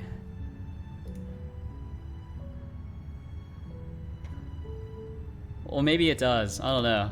So we can do an os executes git bash.exe, and we can just ls really quickly. So we want to block and then pass in output. Print the output. Actually, yeah, you know what? Yeah. I don't even need to execute. Well, where does git bash throw? Oh, you know what? Git bash, I think by default opens in my home directory. So let me check really quick. That's not my... Is that my home directory? That is my home directory. Don't think I have anything weird in here, so that's good. Yeah. Actually, where does git bash open a new thing? Yeah, okay. No, I don't see any .text files though, so we can hit it with an ls. We'll grep for... Actually, how do you grep for text files? Is that how you do it? I always kind of forget how grep works. Yeah, that's how grep works. Okay, so there's no log files in my home directory. Yeah, because the problem is that I need to execute this script from... Actually, can't I execute a shell script from CMD? Open in the default work directory of Godot. I've already checked that, unfortunately. So this is where I'm executing it from. So I'm using... Actually, what am I using? I've said that out loud, but now I'm kind of thinking, where is this, Where is this binary? This is my custom one. This might be using 3.4 RC2. Hopefully. Otherwise, I'm not sure where this is executing from. I'm pretty sure that's it, though. Hold on. This is my beta custom build. You know what? Is this executing from just Godot? Now I'm thinking about it. It doesn't make a lot of sense to... Where is this executing from? Godot. Where is Godot? Please don't be here. Also, what did I call it? I called it bashlog.txt. Is it here? Please don't be here. Okay, good. Is it in bin? Alright, also pretty good. Here's your git bash opens in the working directory, not your home. I'm not sure. But can't CMD also doesn't CMD respect the shebang? All right, almost typed ls like a absolute fool. All right, so now we're here, right? cd. I hate that ls doesn't work in CMD. Where's my directory? It's utils directory. Then we'll do bum bum bum. Yeah, can't I just execute? Where is it? Run open cface shell. I'm running the correct thing, right? Oh, you know what? I'm not running the right thing. I forgot the shell part. All right. Reload. He's absolute genius. Type the wrong thing. Send it. All right, well, I mean, that still is expected.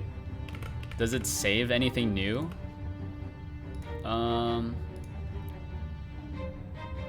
No bash log.txt, nothing in the utils. So let's check all the usual suspects once again. There's my home directory. Bash rc, yeah.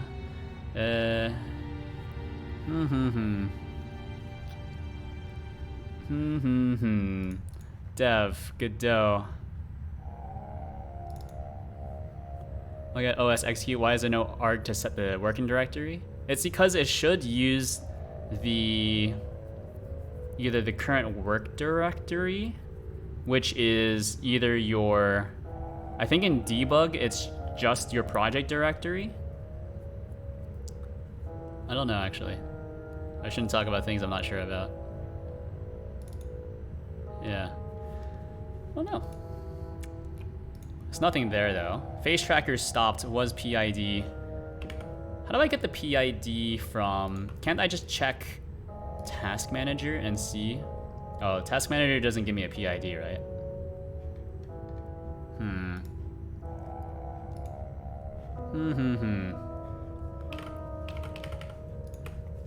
Right, this is all correct. So this exe is correct. I think technically this is incorrect, but that's okay. We'll ignore that for now. Huh. Git bash.exe. This is your script path that I've just kind of hard code for now. It doesn't even document what the working directory is. Yeah, well, I mean, if you wanted to know, right, you can just do like os execute pw no args do block output, something like that. Then we'll print the output, and we'll output clear, just in case I forget to take this out. Right. Restart this. I know you can hot reload, but sometimes it doesn't work. And so we'll start the tracker. Wait, what? Present working directory is not recognized as an internal or external command. Okay, good to know. Good to know. CMD. Is this cmd.exe or is? I thought you could just run it like that though. Maybe I'm stupid. All right. Where is my thing? Ooh, we're blocking. That's not what the solution should be. I'm surprised the API was that bad. Yeah. All right. So that's probably not good. I'll be the first one to tell you. Freezing when we're running a command P present working directory, probably not a great thing to happen. What's going on? So that's okay. This log file is incorrect. I don't know. Is it cmd.exe? Please don't be this. It was probably that though. So tracking, start the tracker. Excuse me?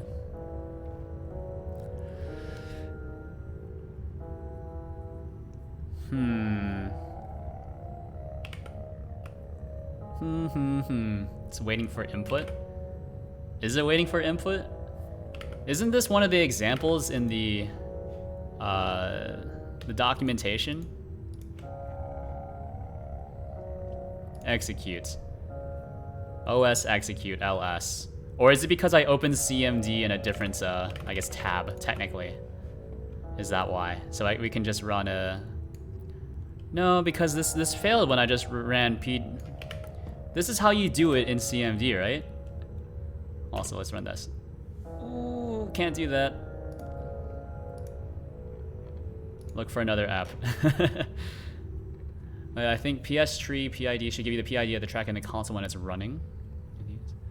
Use this cmd.exe directory. So lesson 1, kids do not trust random shell commands. cd temp and end directory. Hold on, give me 1 sec. I want to see if I can even run something with a shebang from cmd. I don't think you can, but I'm interested. Literally from the Godot docs. All right, I will give it a try right after I do this. Git bash, I guess.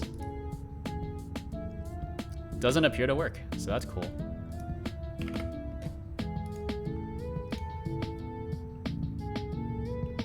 Actually, wait a minute.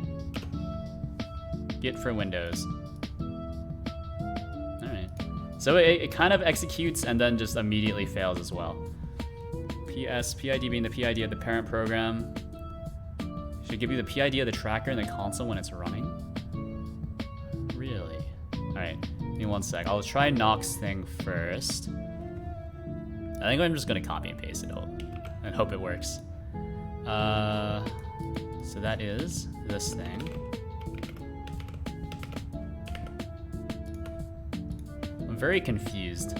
So I know this works for Windows. Alright, you have now, I guess, doxed my system. Look at that. Look at all these files. Oh no. So that works. Oh, it's wait, no. Yeah, no. Present working directory works in here. No, PWD is not. How do you get your current working directory in CMD? Is this not? I thought PWD. PWD is not a CMD command. Who wrote this? Give me a help. How do you get your working? Is it just called working directory? Was it really for usage and script? No much of the test, but works later. Yeah, I got you. I got you. Yeah. How do you get your? All right, so CMD get PWD. Windows equivalent to PWD. Paste this. Oh, I'm not symlinking this. It's just CD. It is CD for current directory. It's just. Wait, really? Who wrote this? What? I didn't know that actually. It's just CD. That is the dumbest thing I've seen today. Besides my own code. Venus. Hello, Needle Mouse. How are you doing today? Agreed, Venus. It's kind of how I feel about this program right now. All right, can I just run CD?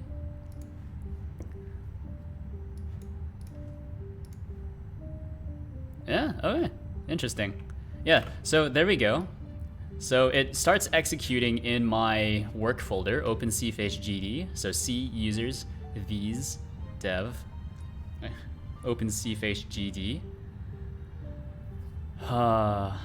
So I'm trying to fix Linux compatibility while I'm on Windows, which is probably not a great idea. Now look for the log file. Yeah, I've looked for the log file here before. I feel like this is the first place I checked. Yeah, I called it bash underscore text dot log. No, bash underscore log dot text. Yes. So it's not here. We're echoing. Is it because I did Python command 0? Please don't be that. Echo. Start. Exclamation mark. All right, truncates. Bash log text. Tzatziki text. All right, so we can stop the tracker. We can run it again. Then we can check in here, bash scripts. There's no .text file, right? We can even verify by doing a ls grep anything.text. Yeah, so there's no text file here, which means we're not actually running this correctly. Although, yeah, nothing will change after this. And then we can also have a print statement in just the GD script stuff here. So we can do like hello or finish executing. But I guess I don't actually need to do this since we see that we're logging the empty output afterwards anyways.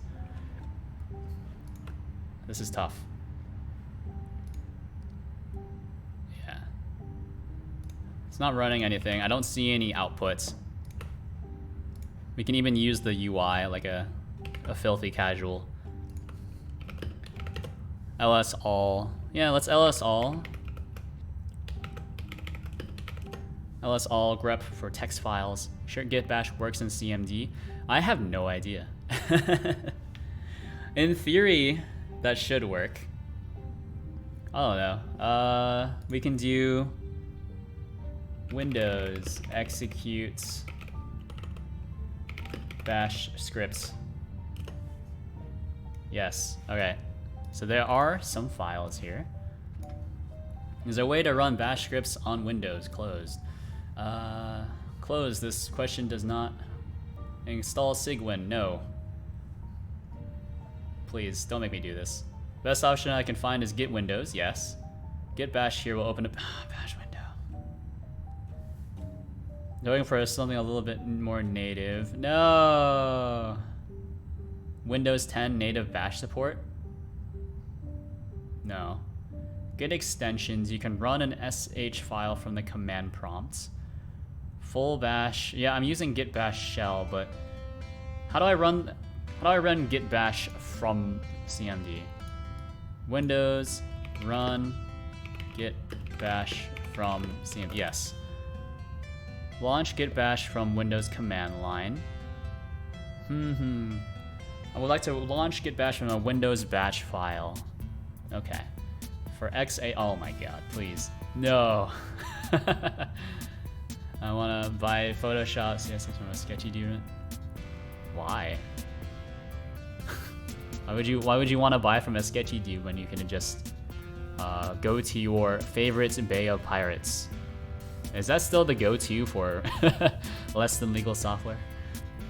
Right, Go wrapper to start OpenC based and probably easier than this and more reliable. Yeah, probably. But hold on, we can still do this. This is fine.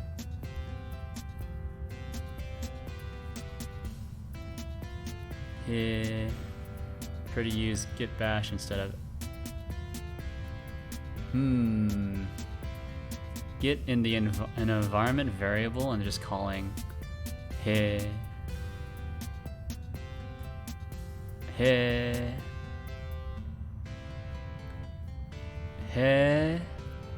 Do I need to log in? Is that it? Possibly it.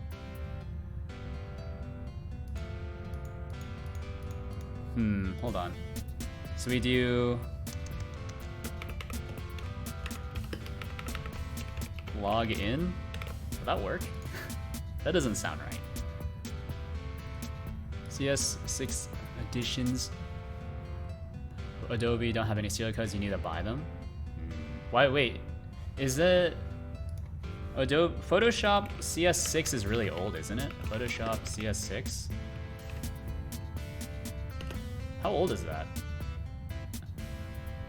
Isn't the what's the newest one? Yeah, CS6 is from like 2012. Why are you using such old versions? Or why are you paying for such old versions as well? I think logically that doesn't really make sense unless it's already part of your workflow, right? More popular and most used. Are they? What's the most recent Photoshop version? A lot of CC is Nuki. I don't know. I don't know. I don't do any of that kind of stuff. All I know is I just use. If I'm not an expert in something, I just use the most recent version, or at least the second most recent version. One version behind is usually good enough. Isn't that's kind of how orthodox C++ works, right? Is that they don't use the current version, they use the version, or I guess a few versions behind, right?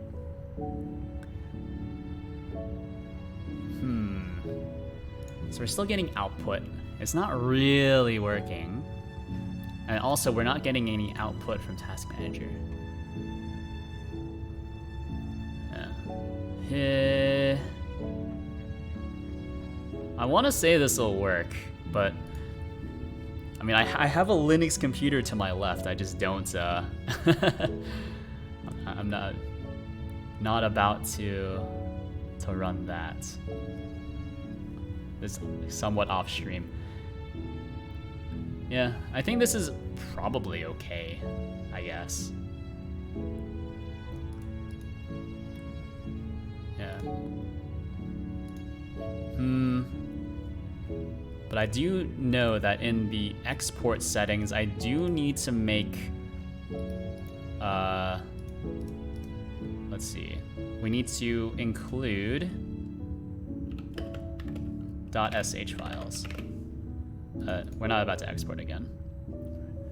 To go, I'm using my once a month free pivot coupon. Do you have a once a month free pivot coupon? Is this something that exists?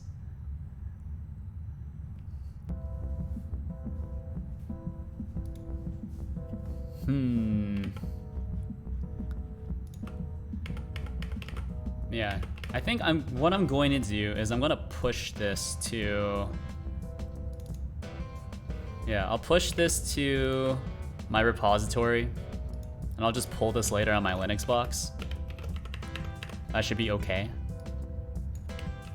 And then I can actually test it there.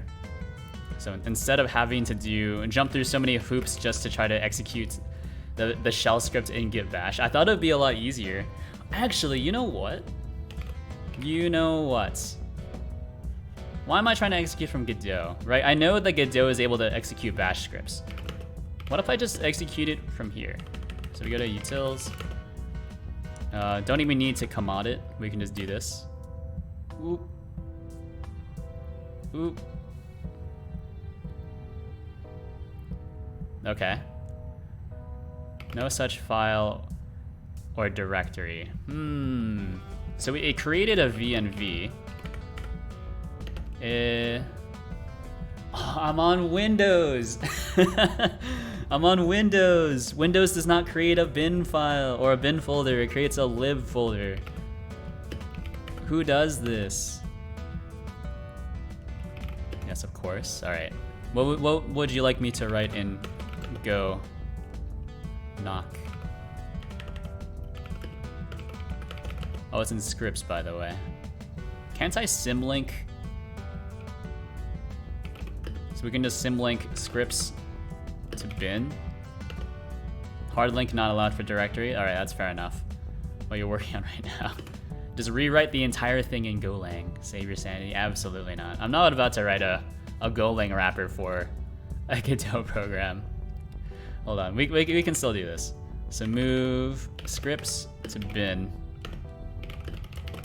And then we'll just run, hopefully, I don't remember if this works. Okay, there we go. So now we're just downloading things into the VNV, I think.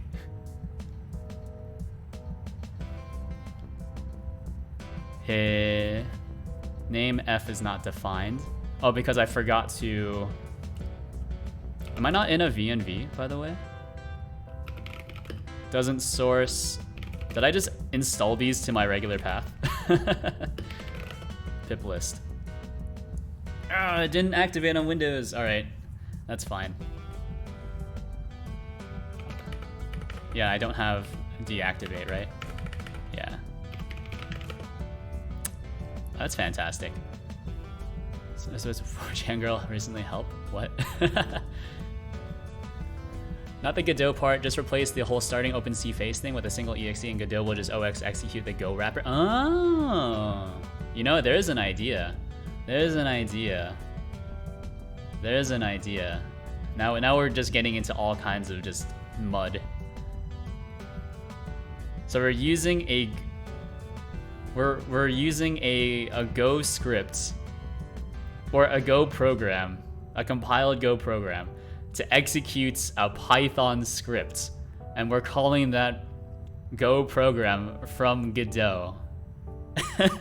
That sounds absolutely horrible. I'm not gonna lie. That's a bit too convoluted even for me. Godot, Go, Python, OpenCFace. Yeah, I don't see the issue. I think if you don't see the issue, then you are truly lost. That's a bit too much. That's a bit too much. Yeah.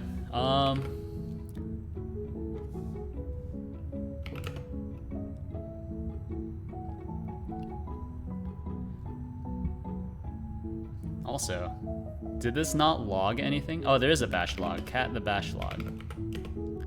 Start. Past Python. Okay, yeah. I mean, that seems okay. I don't know, man. How long have you been working on this? The shell script, I mean? Yeah, you know, a little bit. Maybe about an hour. Maybe an hour and a half. I think the hard part is I'm trying to write a bash script for well, while I'm on Windows, which is probably really messing me up. I'll make a PR. Will you accept it? Yeah, maybe if it seems reasonable, then yeah. Of course, I accept any and all PRs, of course. Where are we at? I don't know why Godot always mangles the .vrm file, by the way. Anyways, we'll do git add all, git commit start work, or someone else. No promises. Someone else? Yeah, well, someone else has already added a few things, so, you know. It's there. Start work on bash script. Need to test on Linux because Windows is stinky. Git push u origin bash scripts. There we go.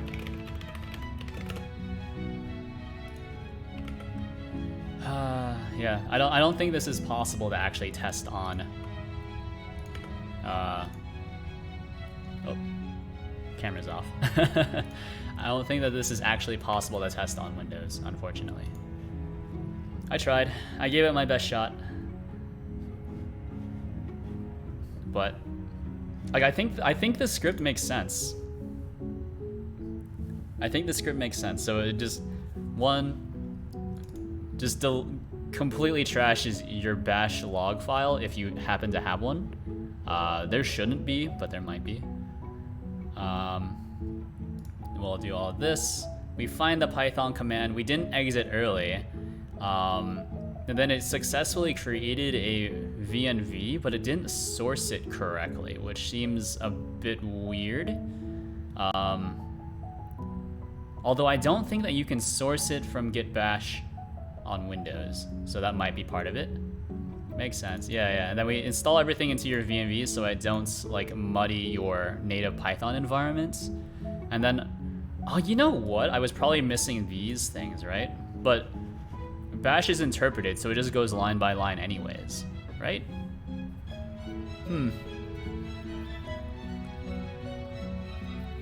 Yeah. I think that makes sense. Oh, yeah. Alright. Don't mind me just putting some pants on. This is getting a bit cold. I think I also, when I was changing my thermostat, because it was on like the first generation of smart thermostats, so I didn't have any Wi-Fi capability. It was hardwired into like a network, which meant that since the company is no longer around, it no longer worked. How nice.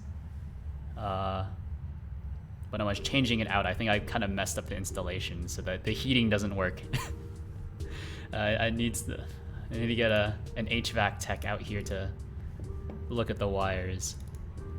Because I thought I did it correctly, but maybe not. I can hear the heater turn on. I can hear everything turn on, but it just doesn't get warm.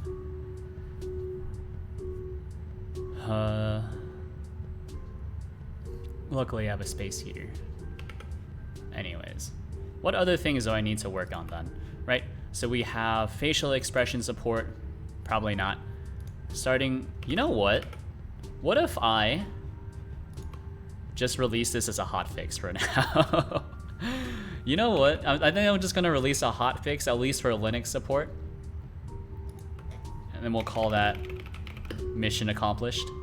We'll get to the bash script eventually. So this is okay. This is how it actually works for now. So on Linux, you'll need to turn off should launch tracker, and then you'll need to start the tracker manually. But I think that's okay, since that's how it just kind of worked on Linux anyways for a while. So let's get ready to send it. Yeah. And I suppose on Windows, if you want to do the same thing, that'll also work. So let's export both of these. Boom, boom. Export the project.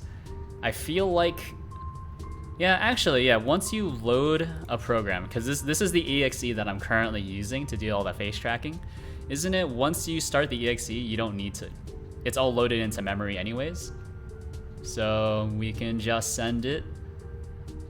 Yeah, let's send it. Hope it doesn't break. Okay, we're good. I was trying to remember if my memory could be trusted for these kind of things. Alright, so these are the things. Yeah, okay. Well, it created a temp file, which is good enough for me. OpenCFace. Oh, you know what? I probably did not do this correctly. That's fine. Do you need to grab the resources folder, go into export. We're not currently reading or writing from the resources folder, so we can just delete this. Slap that back into here. Then we'll just kind of package everything up into a zip file. How nice. Takes a little bit, but that's okay.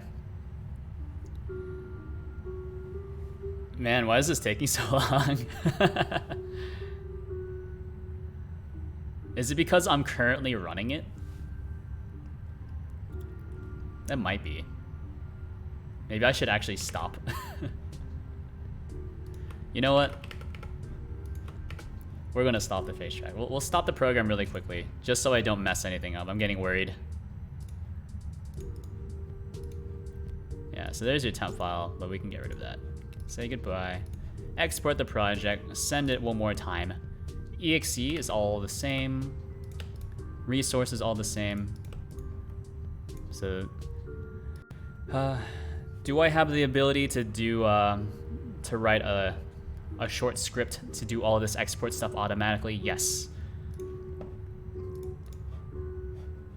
Am I gonna actually make it work? Absolutely not. Oh, do I not have the release template anymore? Hold on. I know it's in my trash can. So let's grab that. This PC. Where is my desktop? Or where's the trash? Or recycle bin. Probably a lot of stuff I should not be showing on screen, but probably fine. Release template. So this is Godot 324. That's fine. The name, we'll just ignore it for now. Godot 324 release template Linux. So we'll grab that. Just restore it back to downloads. Hooray!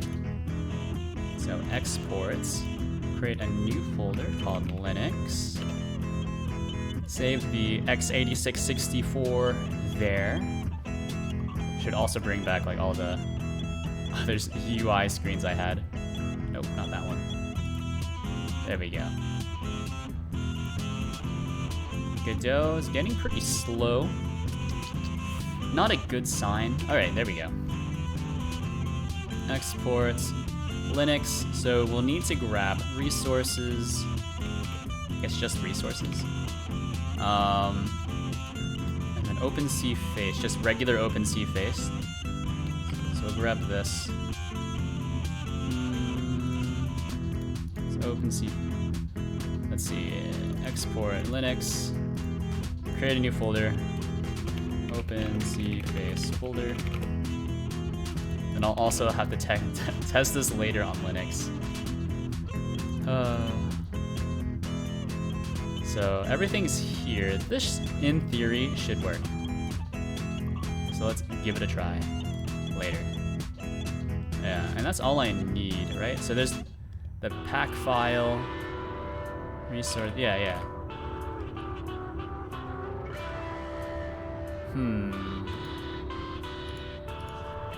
So this is open cface gd Windows. So we'll hotfix it like that. We'll call this 072, and then Linux. Similarly, we'll just zip it. I feel like I should be zipping this on, or I guess using tar gz or something, right? Because the compressed size is really big still. Like total size is almost a gig. 850 megs. That's crazy. But the exe that you can get from, or not the exe, the executable, at least for Linux, that you can get from the Godot website, it's only about 30 megs.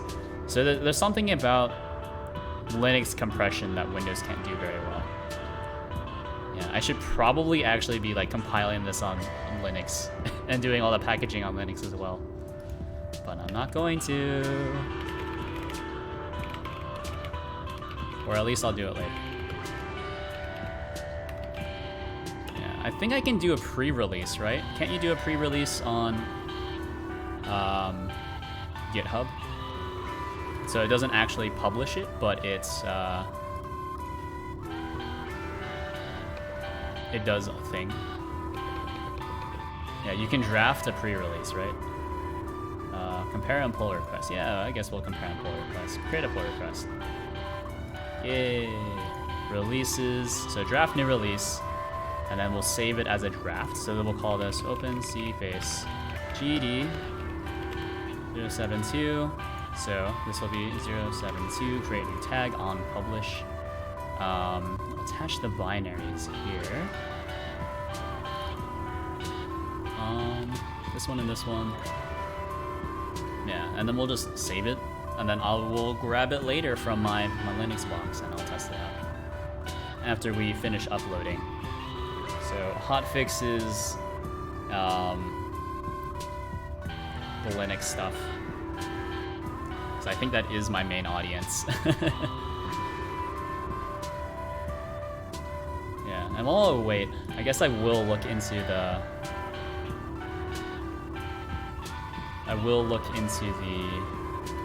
Whatchamacallit.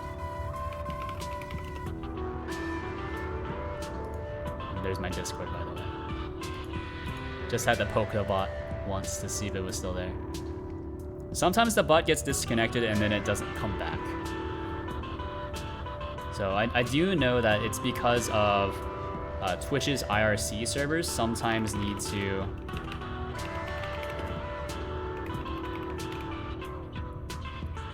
Or Twitch's IRC servers sometimes need to like restart, and then they'll just boot the bot from the IRC chat, which is Twitch chat, by the way. Twitch chat, it's just IRC with a few Twitch extensions, but I'm not familiar with Twitch chat anyways. Just execute command and get output, I suppose. Never really tried to do this in Go, by the way.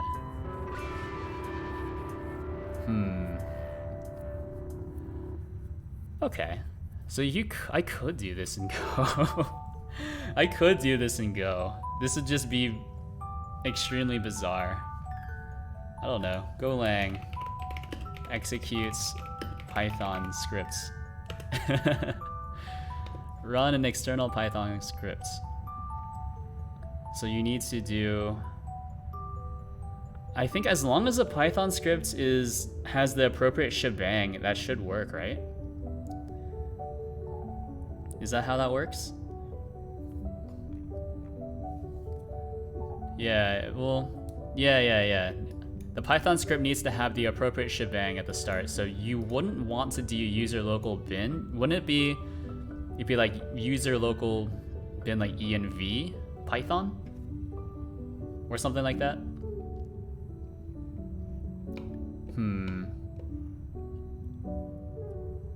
Yeah, you would need the shebang, and then you could just execute Python like that. Otherwise, what does command do? Output execute a shell command in Go. Hey. Oh no. This is how Godot does it as well.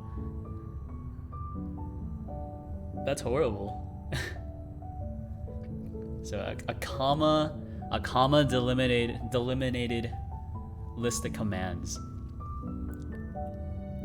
So that's how you would do it in Golang. So I could just write like a wrapper, right? Just for Linux that would just execute the Python scripts. But that sounds like a lot of work, right? That sounds like a lot of work. Save draft, by the way. And we'll do grab all this. Hotfix for, let's see, hotfix for application crashes on Linux when starting the face tracker. How do you mention someone in one of these? So the Zutaten soup.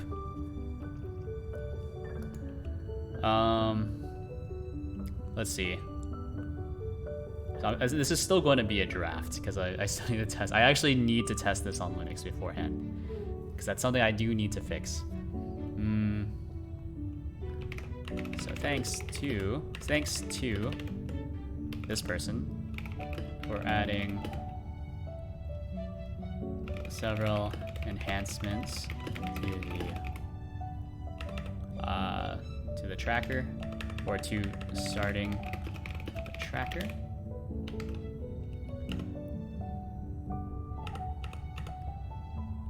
Is that it? Added, I guess, message console. Add message console for debug purposes. Save drafts. So we'll get around to it eventually. Which is code for whenever I feel like it. Okay. Yeah, I don't think doing this in Golang makes any sense though. Unfortunately. Because since it's a Python script, I still need to do all the requisite Python stuff. Although I wonder, right, now that I'm talking about it, I'm starting to actually take this suggestion seriously against my best judgment. Right, if we go to export, open cface folder, open cface, right, well, not open cface. It'll have to be like the Linux one, then facetracker.py. I suppose I could make this work with the Golang stuff, right? As long as I add the proper shebang at the start of this one. Yeah, I don't know. Suppose it could work. Anyways, I need to be right back. Coffee is starting to really run through me right now. BRB.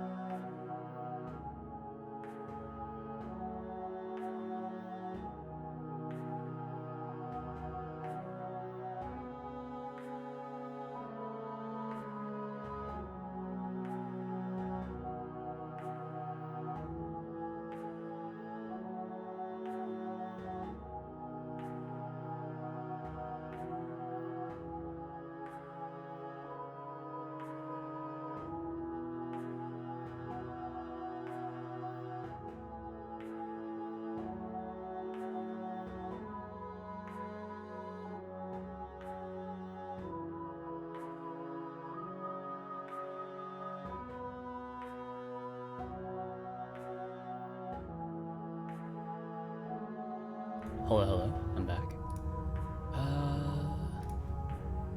Let's get rid of the Linux folder. Get rid of the prior release, since those releases are also garbage. We'll start this. Look at that, capturing. Load in the other model. Look at that, start the tracker. Should launch tracker. I know it works. It works on Windows. It just doesn't work on the other stuff. What a pain. Anyways, let's go to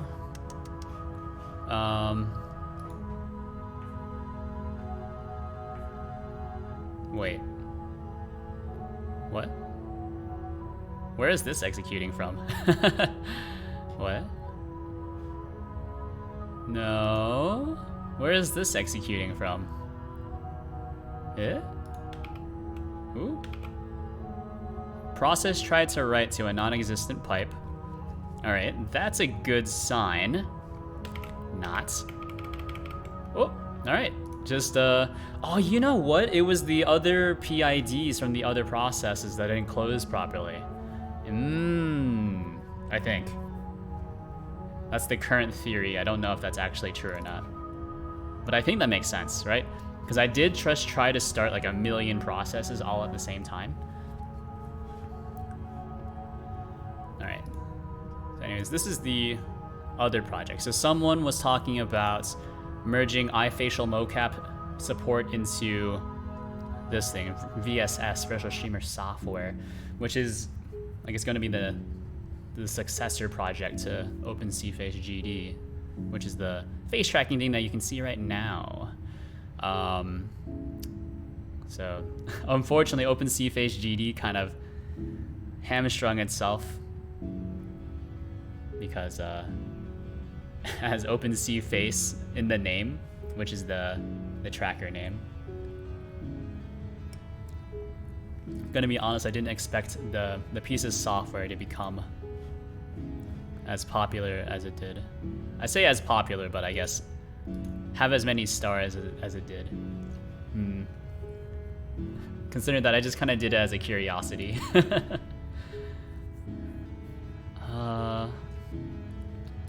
So let's see, let's close this one. Open it back up to VSS. What was I doing here? Oh, you know what? I was doing, what I was doing last time in VSS was the mouse look. Look at that. So we could keep doing that. So this is just using Rust, and it's just printing out my mouse cursor right now. So this looks okay, but it's actually very, very wrong. Yeah, because I did start a bit late, so I'm going to go a bit later than usual. So this looks correct, but because the mouse position is completely incorrect, the duck is kind of freaking out here, right? So we can stop the tracker. So it's just using a bit of Rust code. It's kind of messy right now, but just ignore that. And then mouse tracker GD, which is this thing here. We don't really need to look at librs right now. So it's something to do with this stuff. I remember I was working on this last Thursday as well. I thought I would have an epiphany for how to do this a bit better, but that has not happened.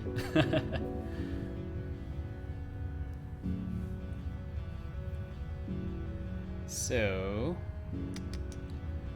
I wonder actually. So in this current application, let's get this off this screen. This is very hard to look at. But is there any other screen I can look at? Well, let's look at the 2D representation. That's okay. Right, so here, right, what's happening is one, you can see in the output, this is supposed to be scaled to roughly 2 pi.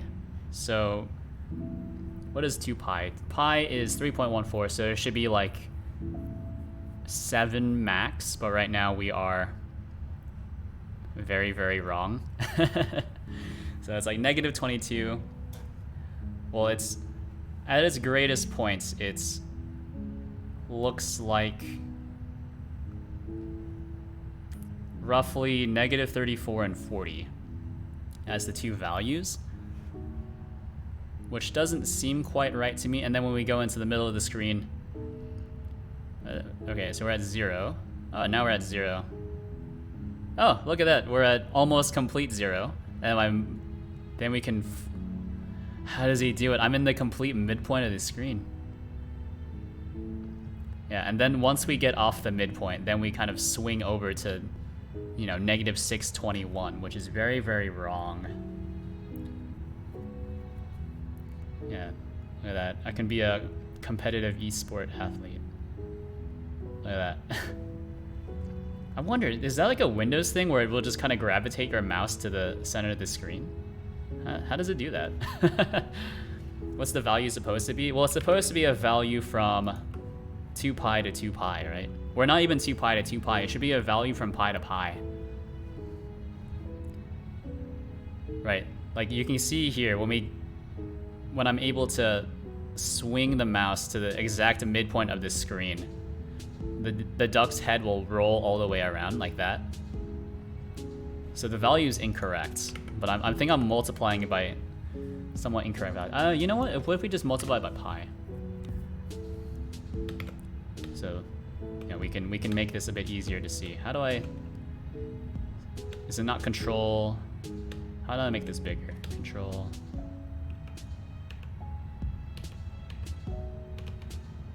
Oh, is this some Electron stuff? How do I make the font bigger?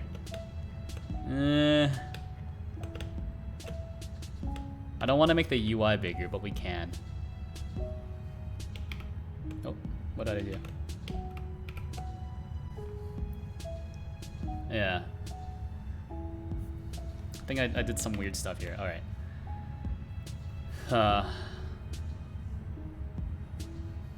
And also, right before this, why not do the easy thing, put a sphere collider around the model and raycast from the screen? Because that would require, I guess, additional things to be added to the screen as well, right? So what I'm trying to do is just make it as plug and play as possible. I think that would be the easiest thing, but this one doesn't require like anything else really. Whereas if I add it to the screen now, then I'll need to, yeah, I suppose. I guess I am just loading in a GD native library as well. That does make sense, yeah. Yeah. Now that I've said it out loud, it makes a bit more sense.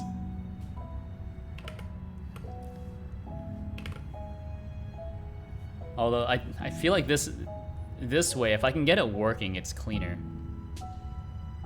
Which is what I would prefer, right?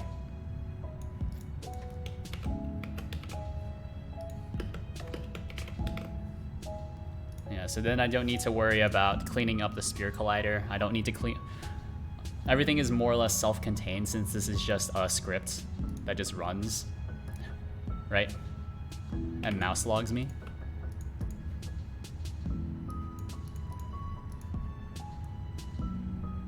Ooh, okay.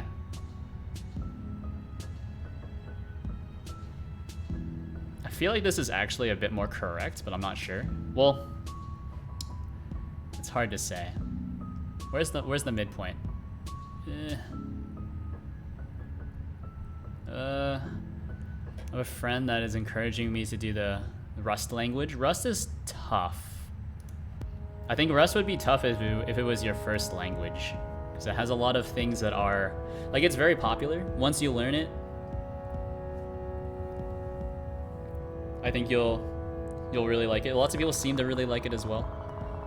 I think it's tough as your first language though, right? Because it requires you to do like safe things. Whereas if you're doing something like Python, if you're doing something like Python is just like, yeah, you know what, you can do it. Or JavaScript is just like, yeah, whatever goes. Someone finds it tough because I haven't read the book. This is also true. Have not read the book. I refuse to read. Reading's for nerds. That's why I pipe all of this information that you see right now straight into the frontal cortex. I don't actually need to use my eyes to read.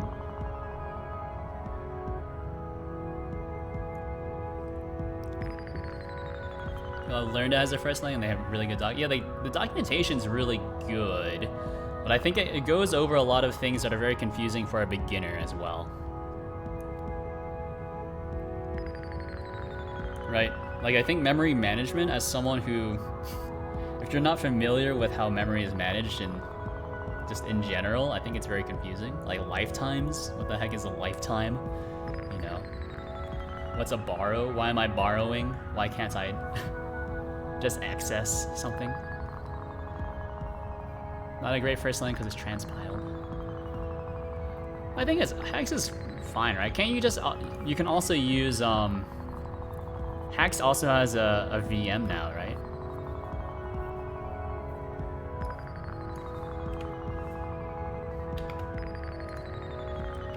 Which should just be okay. I wonder if I just push this out by 10 as well, by the way. Or just push this out by 2 pi.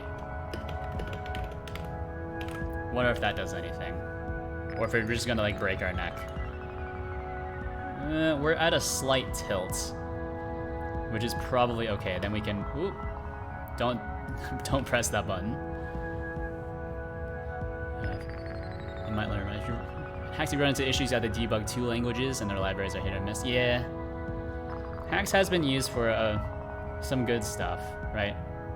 I know that the most popular one is Friday Night Funkin'. Never played that game, but I have heard of it. And then I know that the Dead Cells was also written in Hacks. Very nice.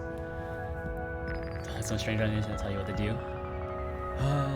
That's what I do, and look where that's brought me.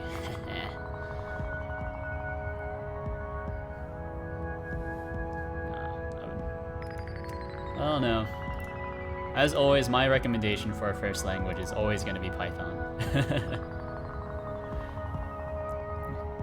Generally very cool, so it's more than, yeah, I think it's cool that it's like designed to be transpiled into a lot of other languages. I think that's really neat. But I also like having libraries, which is the best part about any language, right? That's why Java is like still very well used, and people like, it's a meme to hate on Java, but Java has like a lot of good libraries that just work, which is nice. So like it might seem cool to reinvent the wheel every single time, which is kind of what I do.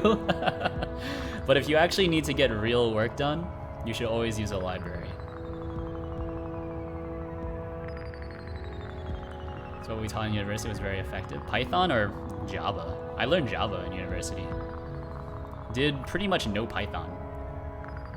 They gave us the option between Python and R, and then most of us picked R. Python the first year undergrads? Really? I know at my university, they still do Java as the main thing. All right. So this is your difference. I know that this is correct. That's your vector 2, and then I kind of mess with these values. Actually, you know what? This is what I was thinking, right? If we do, yeah. I do know that there's a lot of people at university who kind of struggle. I think it's considered, like, learning Java is kind of considered the weed out class for whatever reason. Like, if you can't hack it in Java, you won't be able to do computer science, which I think is actually fair. I think, like, if you can't do it, like, Python would not be a good language to kind of, like, weed out those who can't hack it in computer science. I'll recommend for the first language to learn, and yes, duck. Look at that. I say Python. First language is probably Python, for sure. Like, if you're not trying to do anything complicated, like manual memory management, aka Rust, Or I guess Rust forces you to do it in a certain way, at the very least. So you need to consider memory. Yeah. But I think if you're not trying to do anything complicated, Python is pretty usually good enough. Java doesn't really have memory to manage everything as a pointer, so it doesn't really matter. Yeah, Rust is manual. It's not manual memory management, but you do need to consider it, right? So when you're talking about passing data around, like, do you box something, like put it on the heap, or do you leave it to Rust to figure it out, right? And you allocate and free automatically. Yeah, it's free, allocate and free automatically. You need to consider it, right? Like, what kind of is it something is it auto? That's what arc stands for. Is it auto reference counted? Is it just reference counted? You need to consider all the different ways that I guess you're storing it. Like, do you actually need to remember to get rid of it? No, not usually, unless you're doing something unsafe. But, you know, in Java, all you need to do is, I don't know, just let the garbage collector figure it out, right? Ooh. Ooh. Can't you move this? You can just move it towards a certain position. Move towards? Yeah. Slide along a plane defined by the given normal. Hit.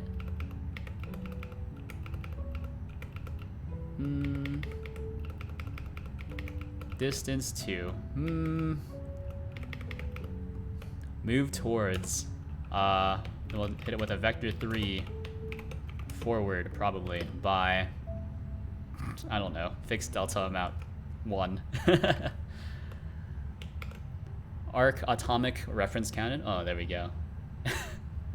Shows how much I know.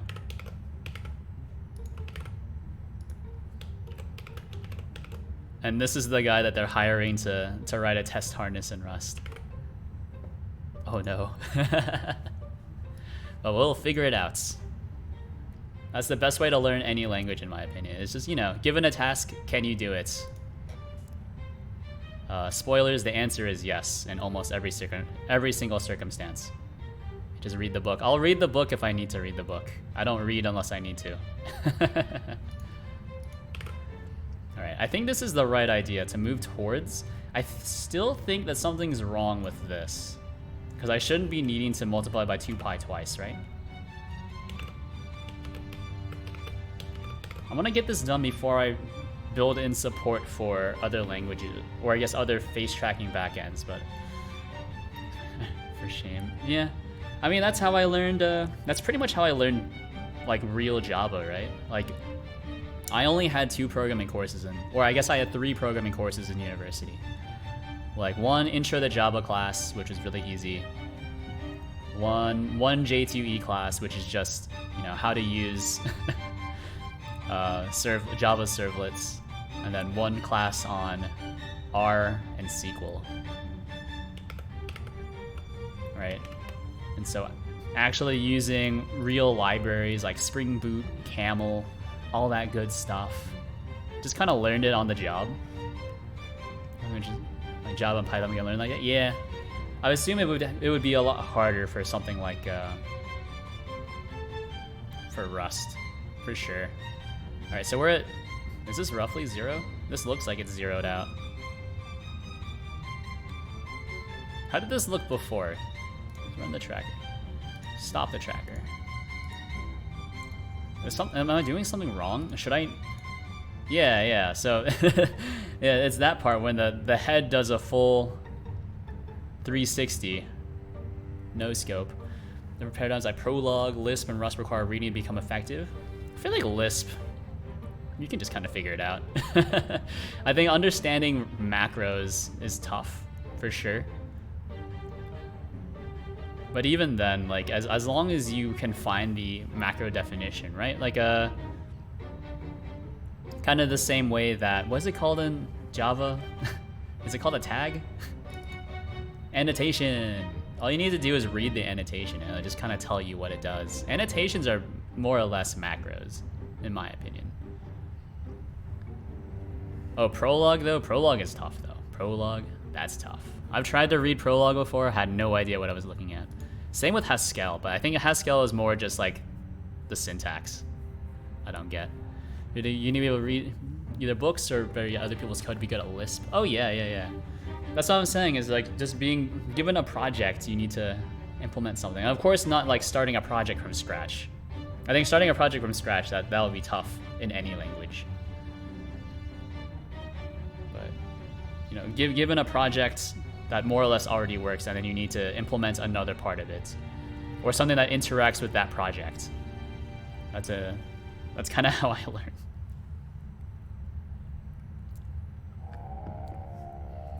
Although you gotta be careful, in the US that might be considered hacking. That works for JS and Python, just starting a project. Yeah, well, yeah. Well, those languages just kind of work no matter what you do, right? Yeah. So that's not good. So we can math this, right? So this, I know for sure that this calculation is correct, more or less. I think it should actually be this. So we normalize it to 2 pi. And then we just need to multiply it by some scaling factor. I don't think it's another 2 pi though. Maybe just by 5. Actually, that doesn't make a lot of sense. Yeah. I think the newest update from that,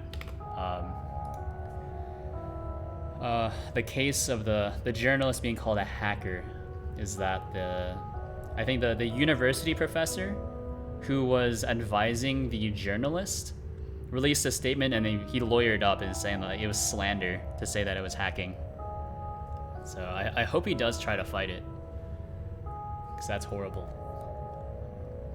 Also, check it out. Want to see me do some hacking live on stream? As according to was it Missouri or was it Louisiana? It was one of those states. Look at this. I'm a hacker now.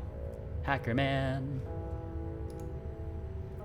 Look at this. I even got a red thingy that means that I'm in. I'm in, boys. We got a red line at the very bottom there. We're in. That's how you know we've successfully hacked Stack Overflow. What's Control U do, by the way? Is Control U developer tools? Or is that view source? Oh, it is view source. Oh, baby. Look at that. Look at that. Oh, you want to see something even cooler? Look at this. We can even do something like one of these. So I grab this. Want to see something really cool? Just kind of. Ugh. Oh my God, he's done it. He's done it. We're hacking the client right now. Big client side hacking hours. How do I get to the rest of it, by the way? Where is it? I don't like the question, therefore I will delete it. I don't like any of the answers, therefore goodbye answers. How does he do it? Can't I? Oh, it's already 69. Nice. We can also change this one to. Can't I do? Oh my God! Don't do it. 69 years ago, way back in the days when Go was first invented. Oh my God. He's a time lord. Alright, anyways.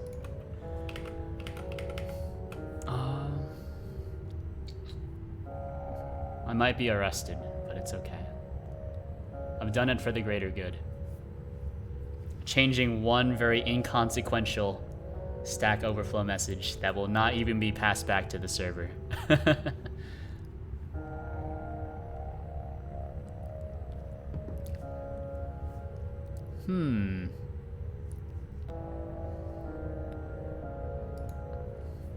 Did I try this already, by the way? So I know that I need to do this. Otherwise, it doesn't give me the correct values whatsoever. Ooh. Oh. Weep. Weep. Weep. Weep. Weep. So this is at 0, 0, -1. Seems a bit sus. Maybe it needs to be back. I don't know.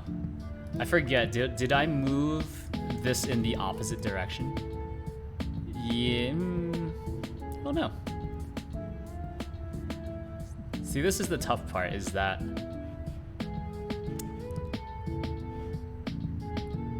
if I do any other like combination of like this stuff, it doesn't work.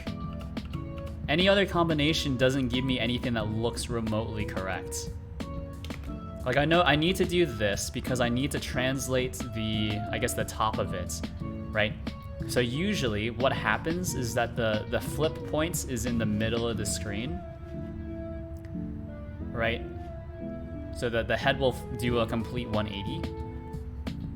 Oh, you know what? You know what? We grab all of this. Boom, boom. Comments out. Do this. What if I just do 2 pi minus the difference? Or I need to check to see, kind of like how I do it in OpenCG. No, not OpenCGD. It's in, where is it? We're gonna make this a bit smaller again. Boom, boom. It's in model display screen. Model display screen. So I want to get this in before I start adding support for all kinds of other tracking backends. It shouldn't be too hard. If only because this would be like a good example program, because it doesn't even require any other pieces of software. Whereas the other one that is technically implemented, iFacial mocap, requires like an Apple device. So I do have an Apple device, but I do not have an iPhone.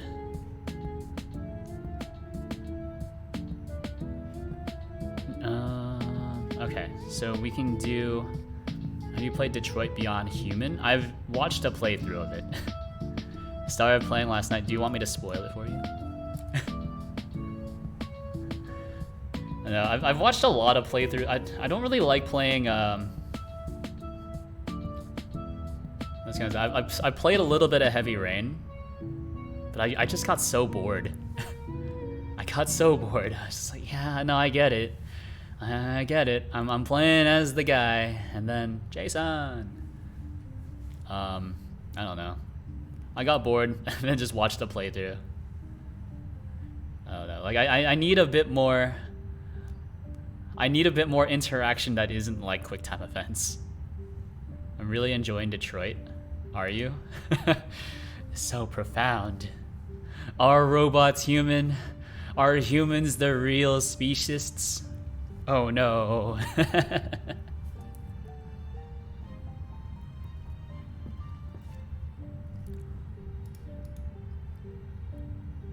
No, I've watched playthroughs of both. I couldn't bring myself to play Heavy Rain, and then Heavy Rain is by the same. It's the same director as Detroit, or Detroit's the same director as Heavy Rain, so I didn't expect them to be very different, and then from the playthroughs, they weren't very different.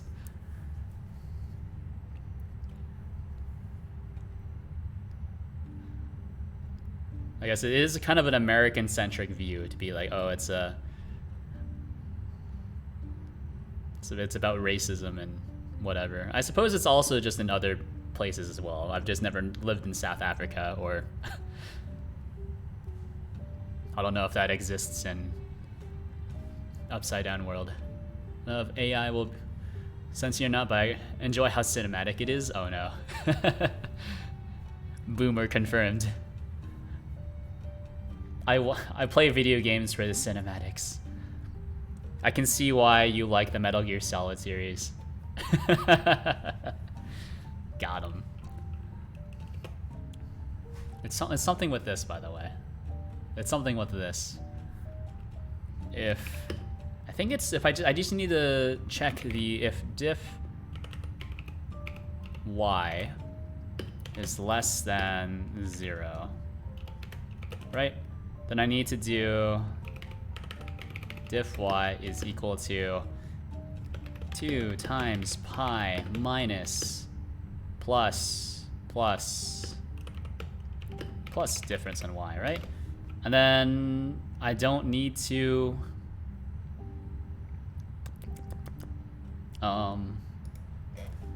guess I don't need to do any of this then? Is that it? Maybe? Possibly that'll work. Right, because now I don't need to worry about rotating too much. Perhaps? Because that was the initial problem. Oh, did I fix it? No. Still kind of broken. When I zero it out, it's looking straight at the screen. Also somehow keeping my cursor completely... Ooh, look at that. Okay. So there's a problem here. So if you move your cursor along the lines of the middle of the screen, it kind of freaks out. Indeed, racism is a very global phenomenon. While the racist perspective is very evident, I'm more interested in the AI becoming sentient angle. Watched the anime called Time of Eve, which is around the same idea when I was much younger. Big fan. Time of Eve. What is that? Time of Eve? Yeah, I guess like the surface reading of Detroit is racism, but I guess the surface reading is about AI becoming sentient. The if you're reading into it more, it would be more of a racism thing, but neither things are very subtle, which is what makes it so entertaining to watch. What is Time of Eve? 2010? I guess that would be when you're younger, yeah. We'll look at the Wikipedia. Oh no. It's very small image, by the way. Eve no Jikan. Alright. Fan of Ghost in the Shell. Yeah, Ghost in the Shell is pretty sick. Oh, actually, this might be a bit lewd. I'm looking at it. Bokura no Kiyori. What? This is ho. Bo. Ho bo bo. Bokura no Kiyori. No, just Kiyori. Ibu no Jikan. I don't know. What? Eve's Time.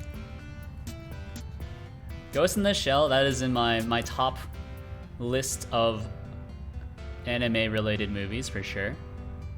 The movie is very niche. Yeah, I can tell. Wait a minute. There's...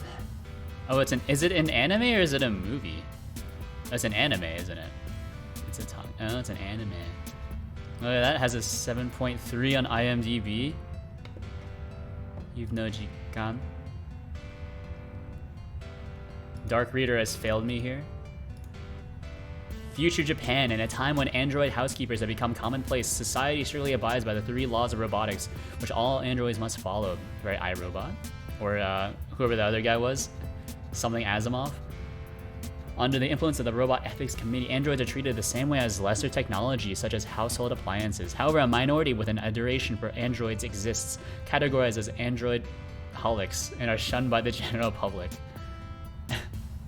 Asimov. Yeah, Isaac Asimov, yeah. I'm sorry.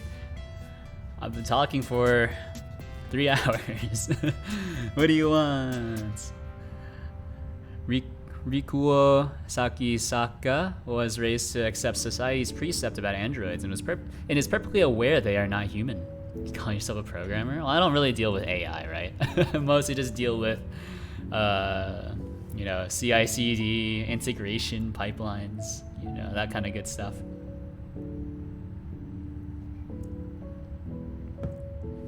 Oh, you know what? Is this a romance anime? It says slice of life. As a programmer, you're mostly AI to normies. Well, technically, I'm already Chinese, so wouldn't that make me a calculator already? Oh, it's racist. All right. Very talking. Yeah. Okay. Slice of life. Didn't know you were into that kind of stuff, Knock. My opinion about you has changed. All right. Stop the tracker. Yeah. I might add this to my list of things to watch. All right. We can add this to my list. Oh, geez. Get it off the screen. What the heck? Why would you do this? Am I a degenerate or not? Well, you watch anime, so you're already a degenerate. It just depends on its levels of degeneracy, right?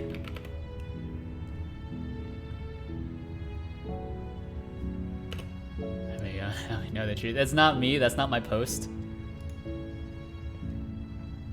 I strongly refute this. Add to list. We'll watch it. We'll add it to planning. If you want to see my planning list, actually, it doesn't even show planning on my oh, it does. Yeah, there we go. There's my Annie list. It shows up in your feed. It means you're interested. Am I interested what?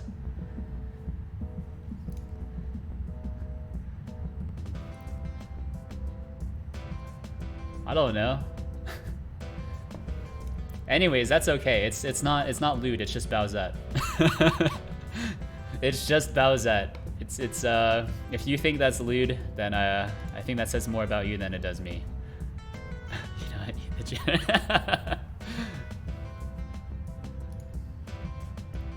it's not lewd. It's only lewd if you make it lewd. I think that's how that works.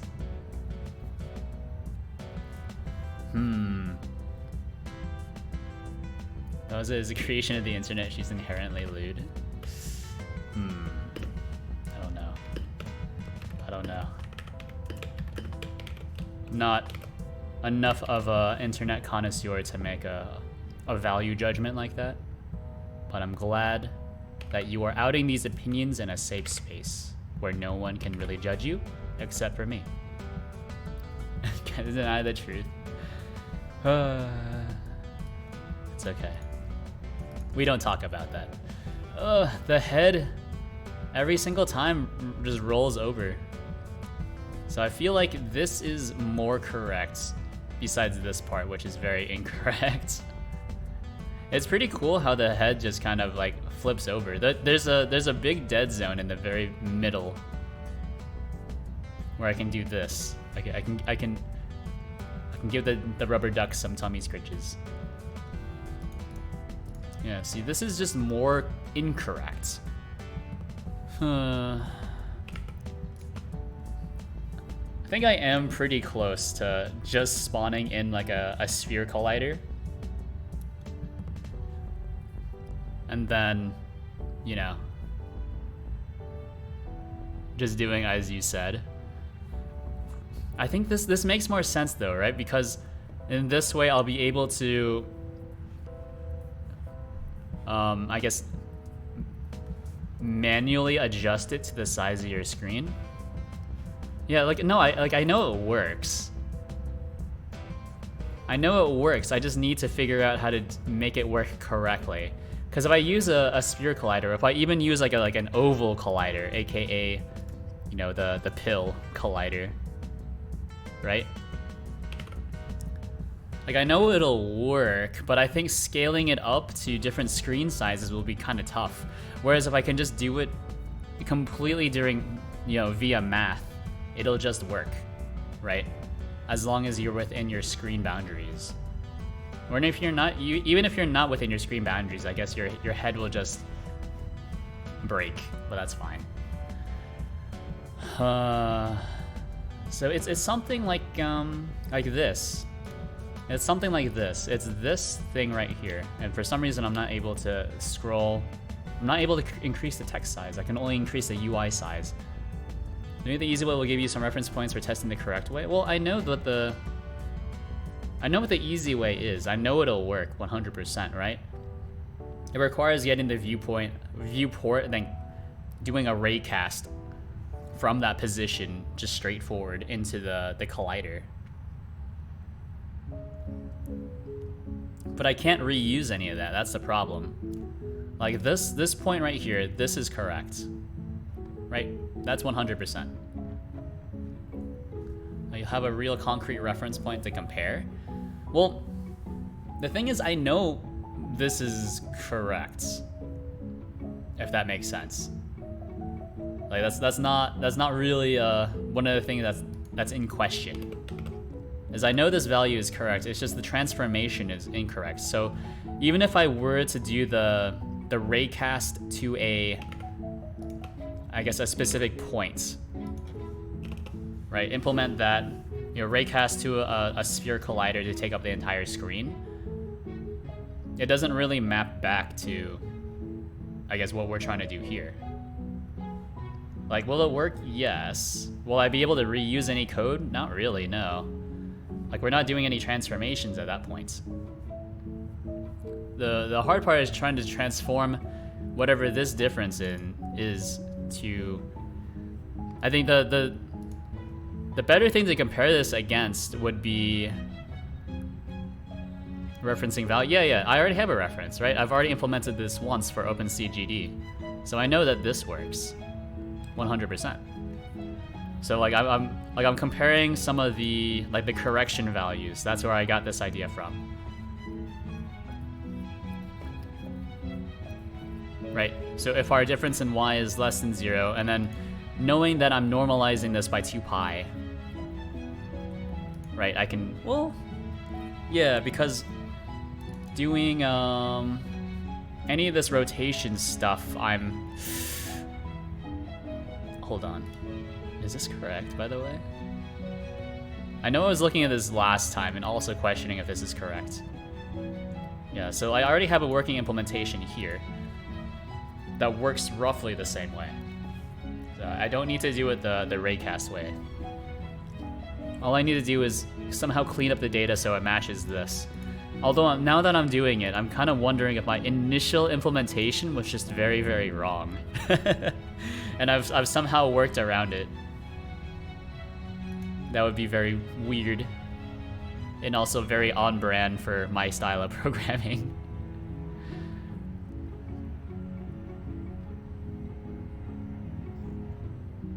Yeah, because I know that there's a few things that I'm doing kind of strangely, right? So for one thing, I know that I'm 100%, right? So given a 3D point, right? I have 3 points. You have your y-axis, your x-axis, and your z-axis, right? So what I'm doing is I'm taking the x value and then spinning it around the x-axis. And I'm also taking the y value and then spinning it around the y-axis. Well, no, I'm actually taking the y value and spinning it around the x-axis. And I'm taking the x value and spinning it around the y-axis. So I'm flipping these. And then the z value is just being spun around its own axis. Right? So I know that that's one of the weird things that I'm doing.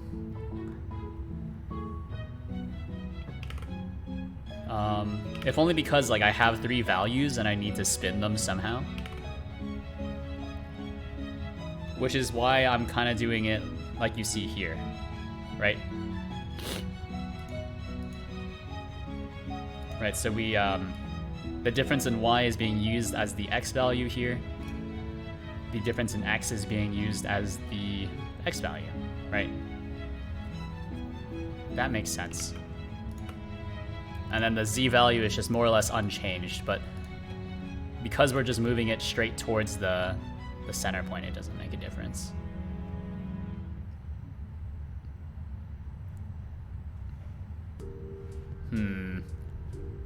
But there's something weird about how the head just completely flips around.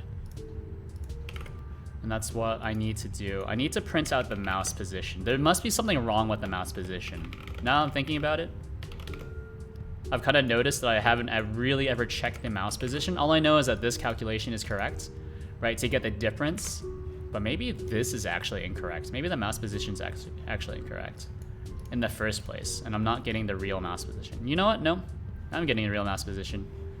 So it takes it from your main display, and so check it out. That's how big my main display is.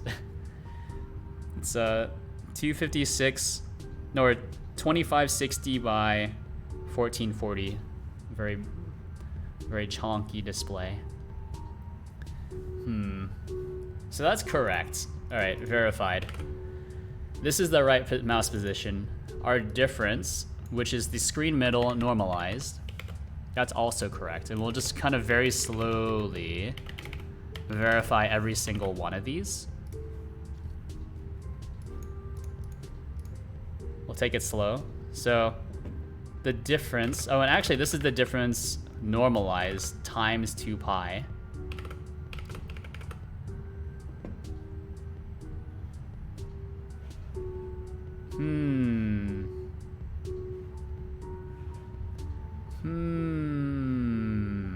So your y value, yeah, this seems correct, right?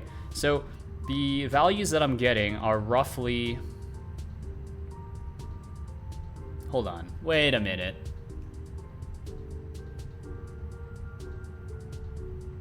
Wait a minute. Yes. What is 2 pi? What is 2 times pi? That's 6.28. Yeah, and then the max x value that I'm able to get is 5.4, and the max y value is 3.0. So that might be part of it. Not a scientist, not a math nerd. That doesn't really seem like it's very normalized. Huh. But this should be normalized, right? So what does the normalize function do for me? Returns the vector scale to unit length. That's supposed to be normalized. Well, it's normalized multiplied by 2 pi, right? Is normalized multiplied by 2 pi. So it should be a unit vector, and then when you multiply a unit vector by 2 pi, you should get 2 pi in return, right? Isn't that how that works? Is that not how math works? Yeah, but for some reason, yeah, so when you have a unit vector, wait. No? Yes. The length will be 2 pi. Okay, well, what's the length of, how do you get the length of a vector again? It's a squared plus b squared equals c squared. So that's roughly 5.4. Let's break out the calculator. So that's 5.4. What's the square button? times 5.4. Wait, where are my parentheses? How do I get parentheses from this calculator? Scientific. So this is 5.4, roughly. 5.7 squared plus. Is that the square root or squared? That's squared. 3.07. 3.07 squared. One of these. Sure. And then divided. Yeah, okay. That makes sense. You know it has a length method, right? That's wrong. That is right. Right? That is right. I did leave out like a lot of sig figs, but that's roughly 6.28. Yeah. X squared plus y squared. Yeah. So the two values I have are 5.47 and then 3.07. So I squared both of those, and then took the square root of both of them, and then took the square root of that. Yeah? You square rooted each value? No, I didn't. So if I do 5.47, it says square root, but I don't. No, it looks like it says square root, but it's actually square, right? Plus 3.07 squared. What are these? And then we'll square root it like that. Is this not how you square root? Whereas this is the square root button, isn't it? Yes. It does say square. Yeah, it says square. Yeah, that's why I was initially confused when I saw it. I was like, Can UI get? It's okay. It's supposed to keep you guessing. So that's correct.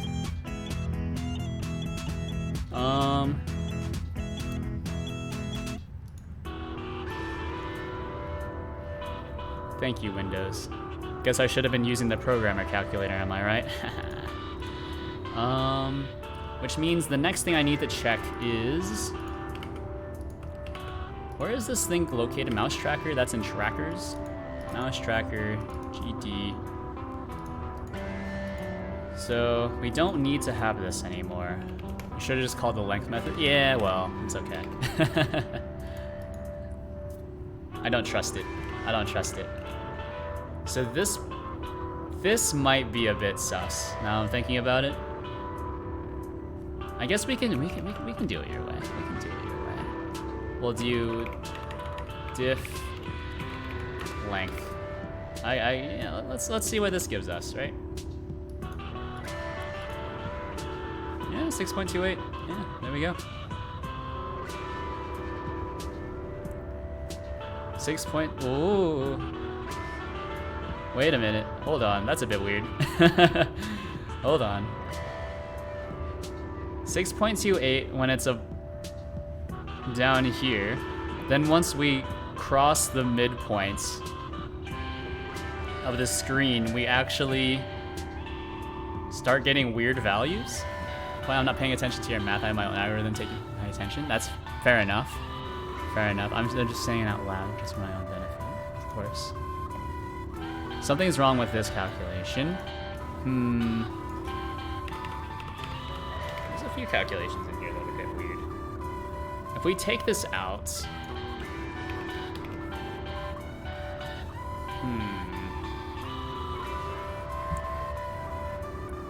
No offense given, of course.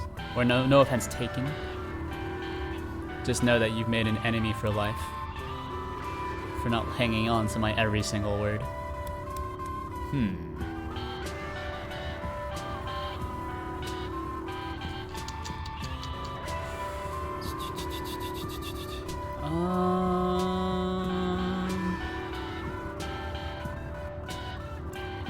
If you multiply a vector... Wait, what? I eagerly anticipate a dagger in my back. Hello, darkness, my old friend. Come to me where you can.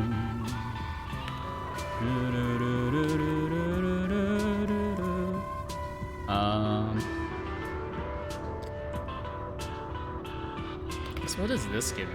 Right? This doesn't give me like any rotation whatsoever. This will just give me nothing. And then, oh, is it because of the additional rotation damp, right? So let's give it a 1. Start the tracker. Ooh. Oh, geez. Very spinny boy. Ooh. Whoa. Okay. That's cool.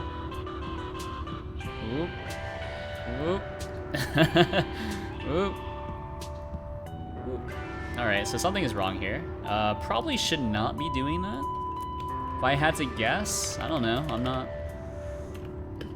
not a scientist, but pretty sure that's not how your neck moves. So we can adjust several... Ooh, geez. Yeah, I think it's something to do with the...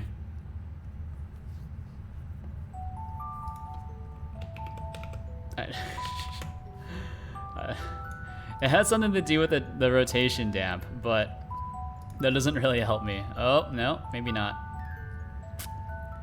Ooh. And we're also not able to look this way. That's pretty neat. Nope. Look at that. Wow. Wow. Look at that. I think this is more correct though, because now we're able to get kind of results that I'm expecting. Yeah. So now you can see that we're... Ooh. So this is correct. Right, left and right, we're spinning way too much. So... Also, we're moving along axes we shouldn't be. And then sometimes we also just kind of spin out as well. Yeah, I don't know what's going on with that.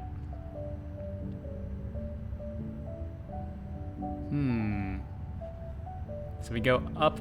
If we go up and down, that's kind of correct as well. We just put it at 0.1. 0.1 damp. 0.5 damp.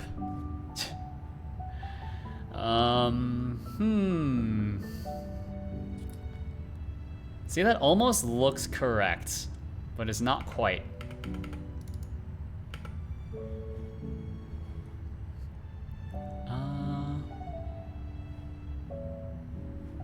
Hold on. See, that looks good. Almost. But see, it's once we start going up and down, it's the values are a bit too violent. Or I wonder if it's just something I can configure here, right? So if I just do like 0.05. Fix one axis at a time, set one of the mouse positions to the center. I could. That's actually a good idea. That's actually a good idea. So we can fix, I think the Y value is the hardest one to fix for sure. So we'll just set this to 0 at all times. That's a good idea. So to do 0 out X value for testing. Yeah, okay. So this is 0.1. Start the tracker. Yeah. I mean, we're handling the X value as expected. And then if we jack it up, yeah, okay. Yeah, so that's as expected, yeah. I knew that this one was okay, more or less. It does need to be multiplied by some amounts. So now it's just the Y value, which is actually the X value. That's kind of messed up, right? Yeah, so it's the fact that it kind of like spins out. That's a bit wrong, if I had to guess. Oh, curse you. New keyboard. Oh my god. Okay. So that's our diff in Y, diff in X, and then diff in X, which is actually a vector Y, is zeroed out. Maybe I don't need to do that? I think I do need to do that, yeah. See, now we just spin violently once we reach the midpoints. I mean, that's pretty cool. That's pretty cool.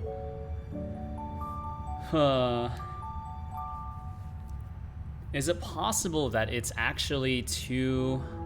I think I still need to subtract 2 pi from it. I think that's something I still need to do. Subtract 2 times pi. Yeah, that was a good call though, to do that, to do this.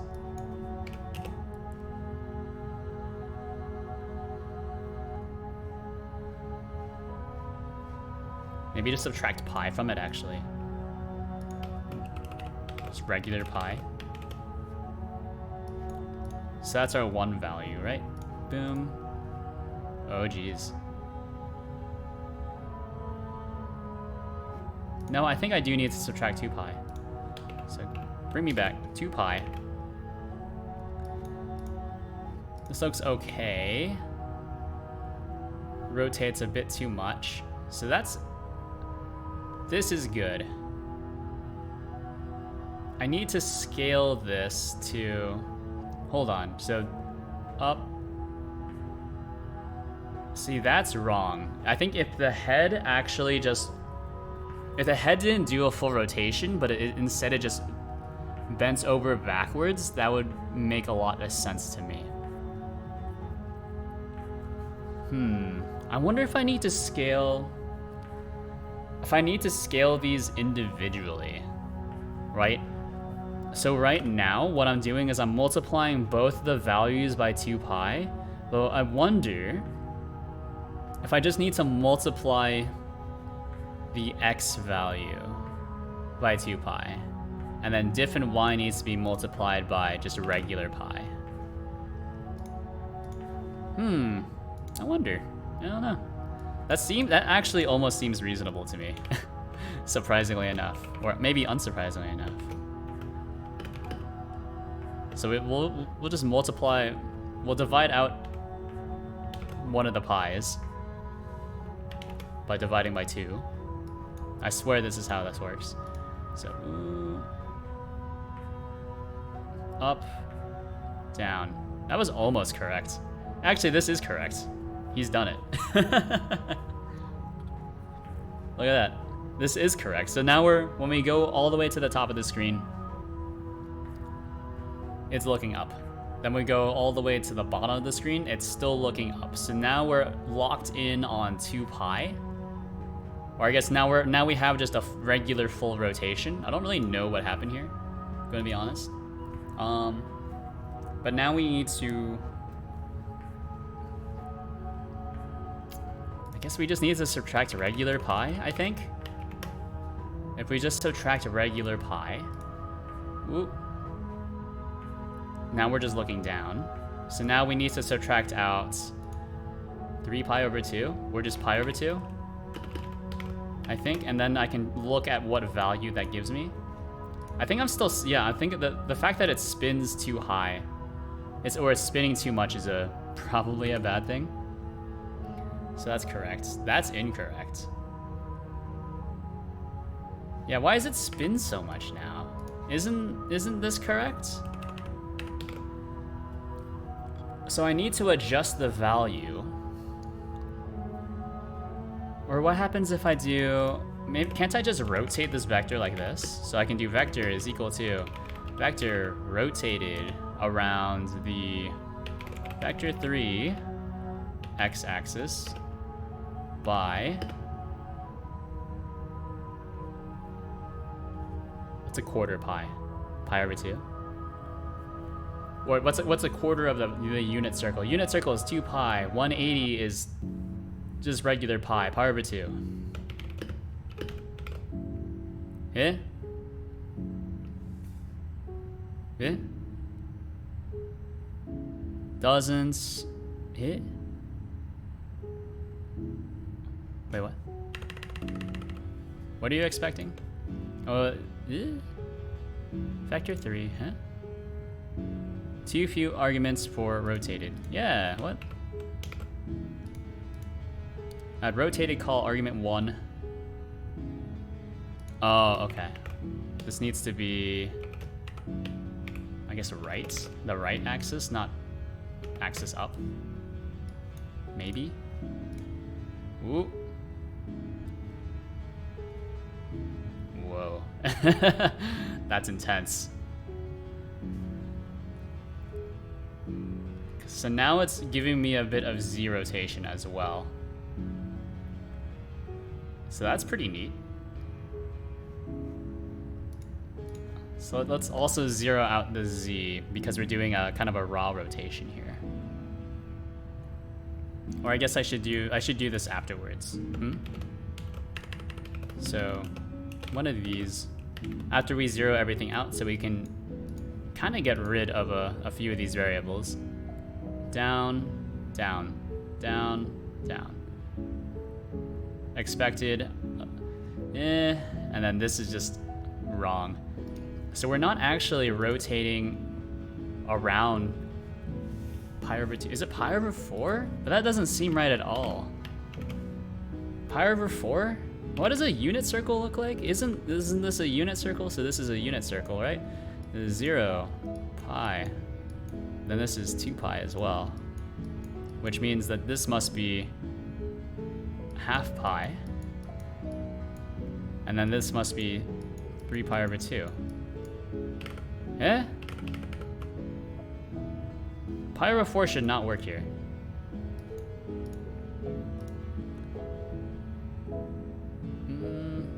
And as expected, it doesn't. Um, hmm.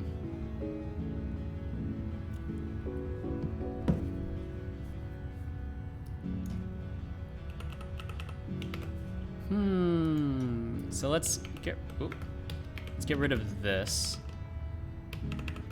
So this is normalized, right? So we want to do diff x times equals 2 times pi, then diff.y times equals just regular pi. There's something wrong with how the y value is being calculated. Right, this should give me the same results, more or less. I mean, I think I should be facing...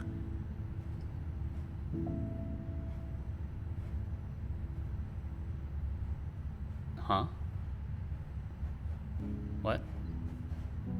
Am I not? Vector y, which is this one. Y. Oh, it's because I'm doing this. All right. So I'm skipping that step really quick. So start tracker, yeah. So this should face down, face down. Face down, face down. And then there's no more spinning. And then I can also check out the resulting vector as well. We just go to print, start running that one more time. Yeah, that seems okay. Maybe.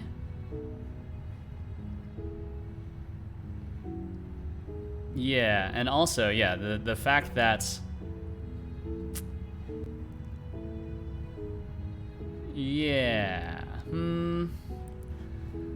This also makes sense, right? Because the less... Or I guess the angle becomes more extreme the farther out you go. So the length also gets normalized differently.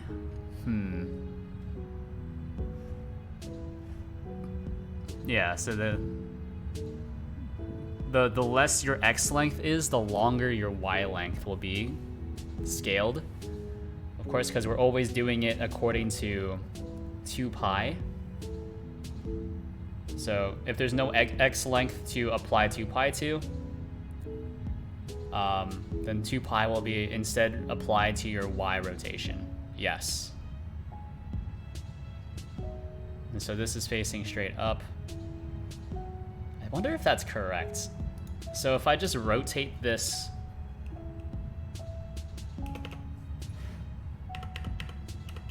I'm just trying all kinds of things now. So mouse position. Hold on, this is a vector too. So I can't actually rotate that. I can try to rotate it, but it doesn't really work like that, right? And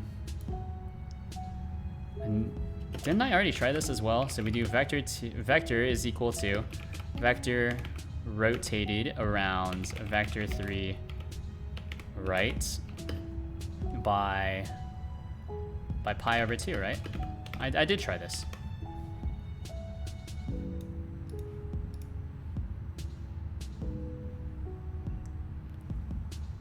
Oh, did I not try this? Am I stupid? No. Is this different? See, that's correct. This is correct. That's wrong. That's wrong. So these are both negative y values. This is still, wait.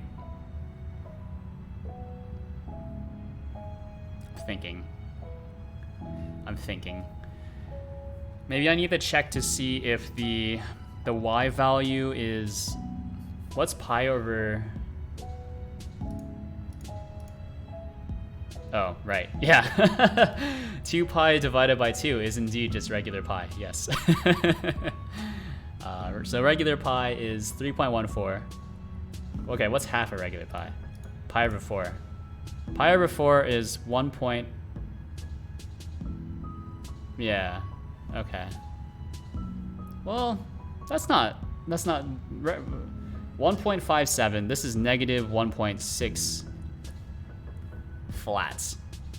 And then this is just completely wrong. Maybe I need to modulo. Maybe I should modulo. Yeah, maybe I should modulo it. So make sure that it's always kind of tagged to, wait, no. No, because this is still within 2 pi. But I only want to rotate within the range of regular pi. So does that mean I need to, hold on, wait a minute. Have I been multiplying this by the wrong number this entire time? Shouldn't have this shouldn't be a full circle, right? I shouldn't be, so this should be like diff x is times equal to just regular pi, and then a difference in y is times equals pi over 2. Is that correct? Oh, now we're just spinning.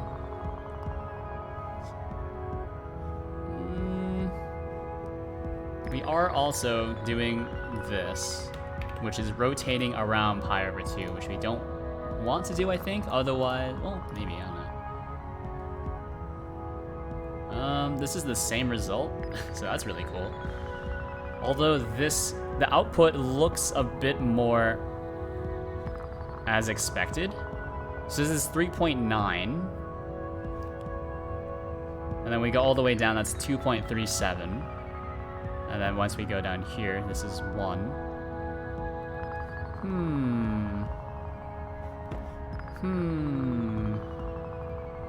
That's wrong. We're not able to look all the way down anymore.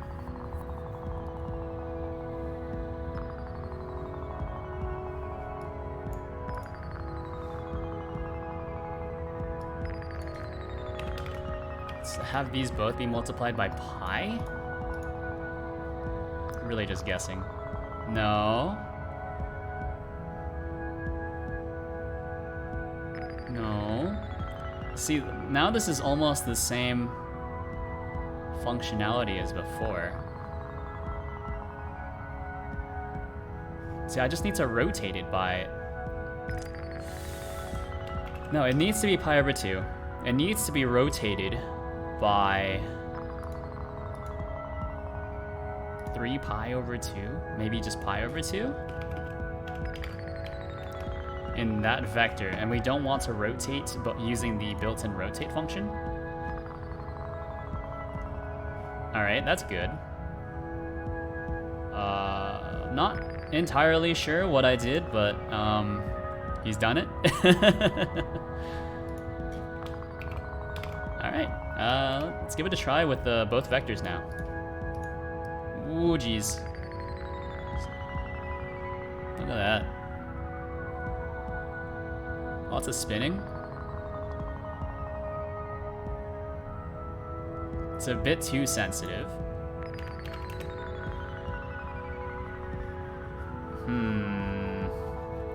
When I'm manipulating the values by themselves, it's fine. But when I add both of them together, it seems to break. Not a great idea to split axes after all. I blame you. I accept no responsibility for this failure. Alright, well that's a bit too much, huh? That's a bit too much. So actually, should this be pi over 2 as well? There's no way. Should this have been pi over 2 this entire time? I'm confused. Am I just really dumb? Ooh. I might just be really dumb. I might be.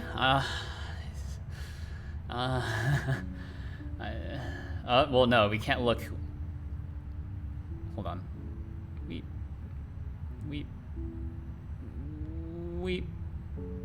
All right, so there's like if we ever get to like really close to 0, it starts to break, because then flipping our y-axis is not good. But if I set this to 0.1, now it's just completely broken, which is fine. 0.5?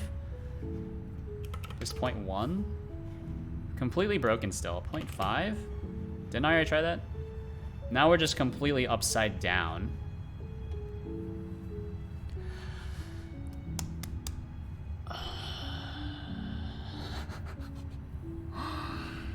I feel like there's something wrong with my calculation. Not like, I think this calculation is actually more or less okay. There must be something wrong with how I'm actually applying the.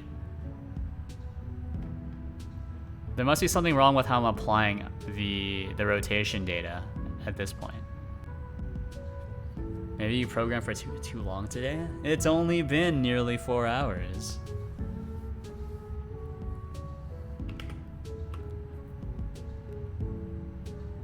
Bash Python has melted your brain. Yeah, it's possible. It's probably the bash, to be honest. But I don't know. I think it is something to do with how I'm applying the rotation values, right? So like this is normalized.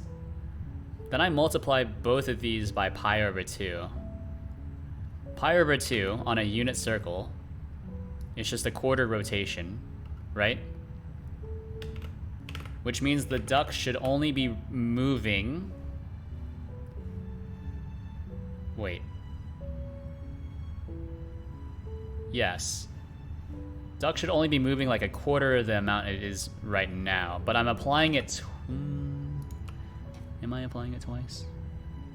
I'm applying it twice, just to different axes. So, right? Is that how that works in 3D? I know how a unit circle works in 2D. How does a unit circle work in 3D, by the way? I've never actually considered that. That maybe when you apply, like, because what I'm doing, right, is something that's a bit tricky about what I'm doing here is that I'm normalizing a vector 2, but then I'm translating it into a vector 3. So that might be something that's. A unit circle is a circle with a radius 1. Yes, but what's a unit sphere? Is a unit sphere a sphere with a radius 1 as well? Then what happens if you? So 3D would be the same, radius 1. Yes, that's what I would hope would be true. That's what I would hope would be true. You know what? You know what? Is it because well, no, I haven't been adding a Z. So that shouldn't make too much of a difference. If anything, that should just kind of break it like that. Yeah, okay.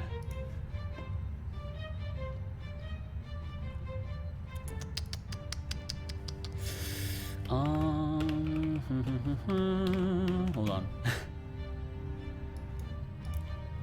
What I'm starting to think. That actually looks alright. And then if I offset it. Oh no. Here. Does it break if I zero out the cursor? Here's the real question. This actually looks really similar. Nope. Okay, so that's not right.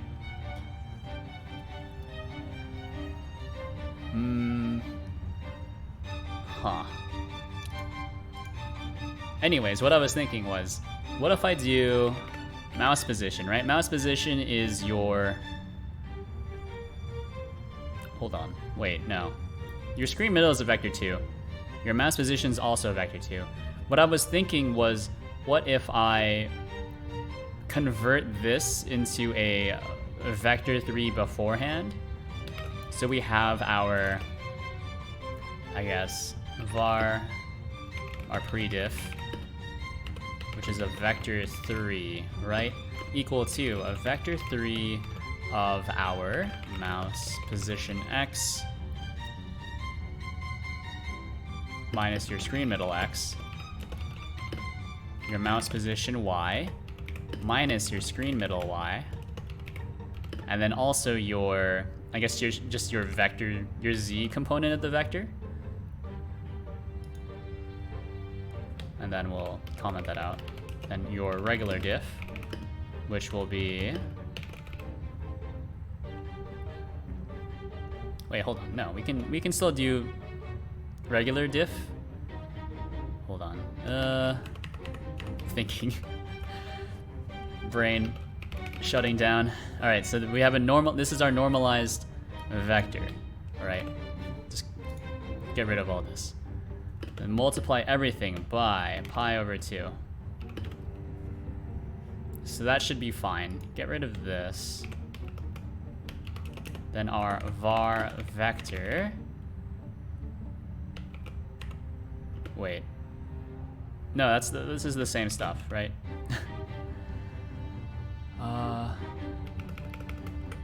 So get rid of this as well. Get rid of this. Well, yeah, var vec is equal to prediff, whatever. Doesn't matter. We're kind of wasting a variable, but I'm just testing stuff out. And then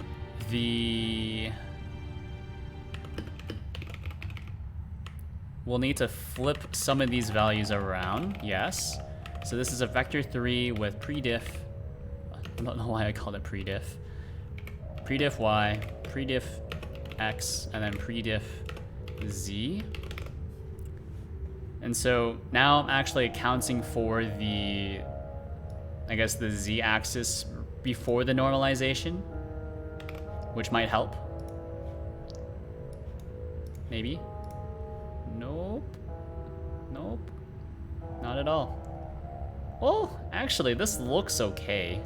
I think I do need to... Yeah, see? That looks okay. And now I just need to transform the y. So probably minus another pi over 2. That might have been what I was missing, now I'm thinking about it. It's looking okay. Then this should break if once I zero it out.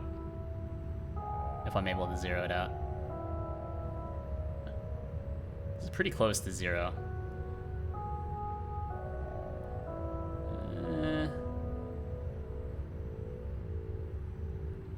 It's weird though. See, this looks okay. This looks okay. This is more correct than what it used to be, because now we're actually taking into account the z beforehand, which might have been what I was missing. And then also, I'm not sure about all of these values though. So doing this, that's not actually, well, that is actually pi over 2, I think. So just multiply by, I don't know. That seems more correct, I'm not gonna lie. I mean, besides all the spinning, but we'll ignore that. So the z value should not change too much, if at all. I guess we can have this be like -2 times pi, just to kind of really mess with it. So our z value is sufficiently far away, but then this kind of breaks our neck here. Yeah. Whenever we get too close to the middle, it doesn't know how to rotate it properly.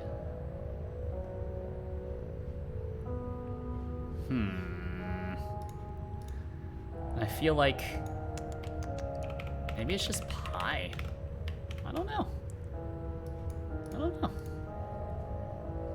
There's a lot of math that I'm missing here, for sure.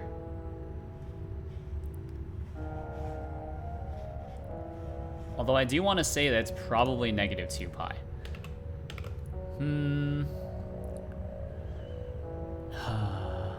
Then pre-diff y minus pi over 2.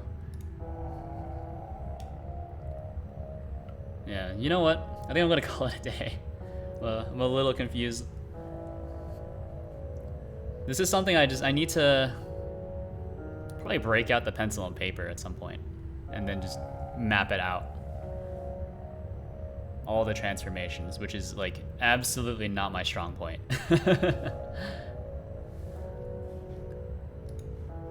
Sounds like a plan. You'll figure it out in the shower or something. Yeah, I'll just have an epiphany like I usually do.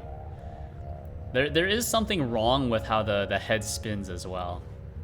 So I don't know. There's something wrong. There's the fact that the head starts out spinning strikes me as really weird. So, anyways, thanks for tuning in. I will be live on Tuesday from 7 to 10 p.m. Eastern Time, working on something else. Maybe this, if I have an idea.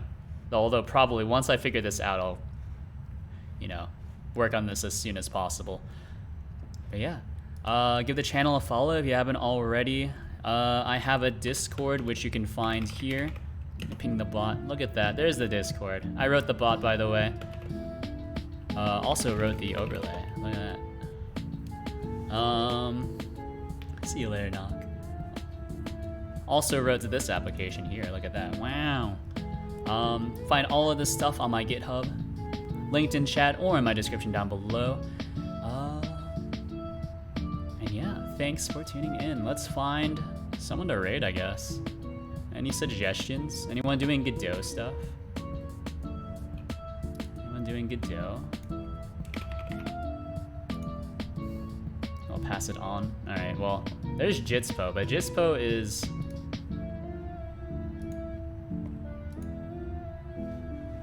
too many viewers. I would feel weird raiding someone with that many. Alright, let's raid Kaitan. I don't know. They're doing Unity, but I think they're playing a game actually. Hold on.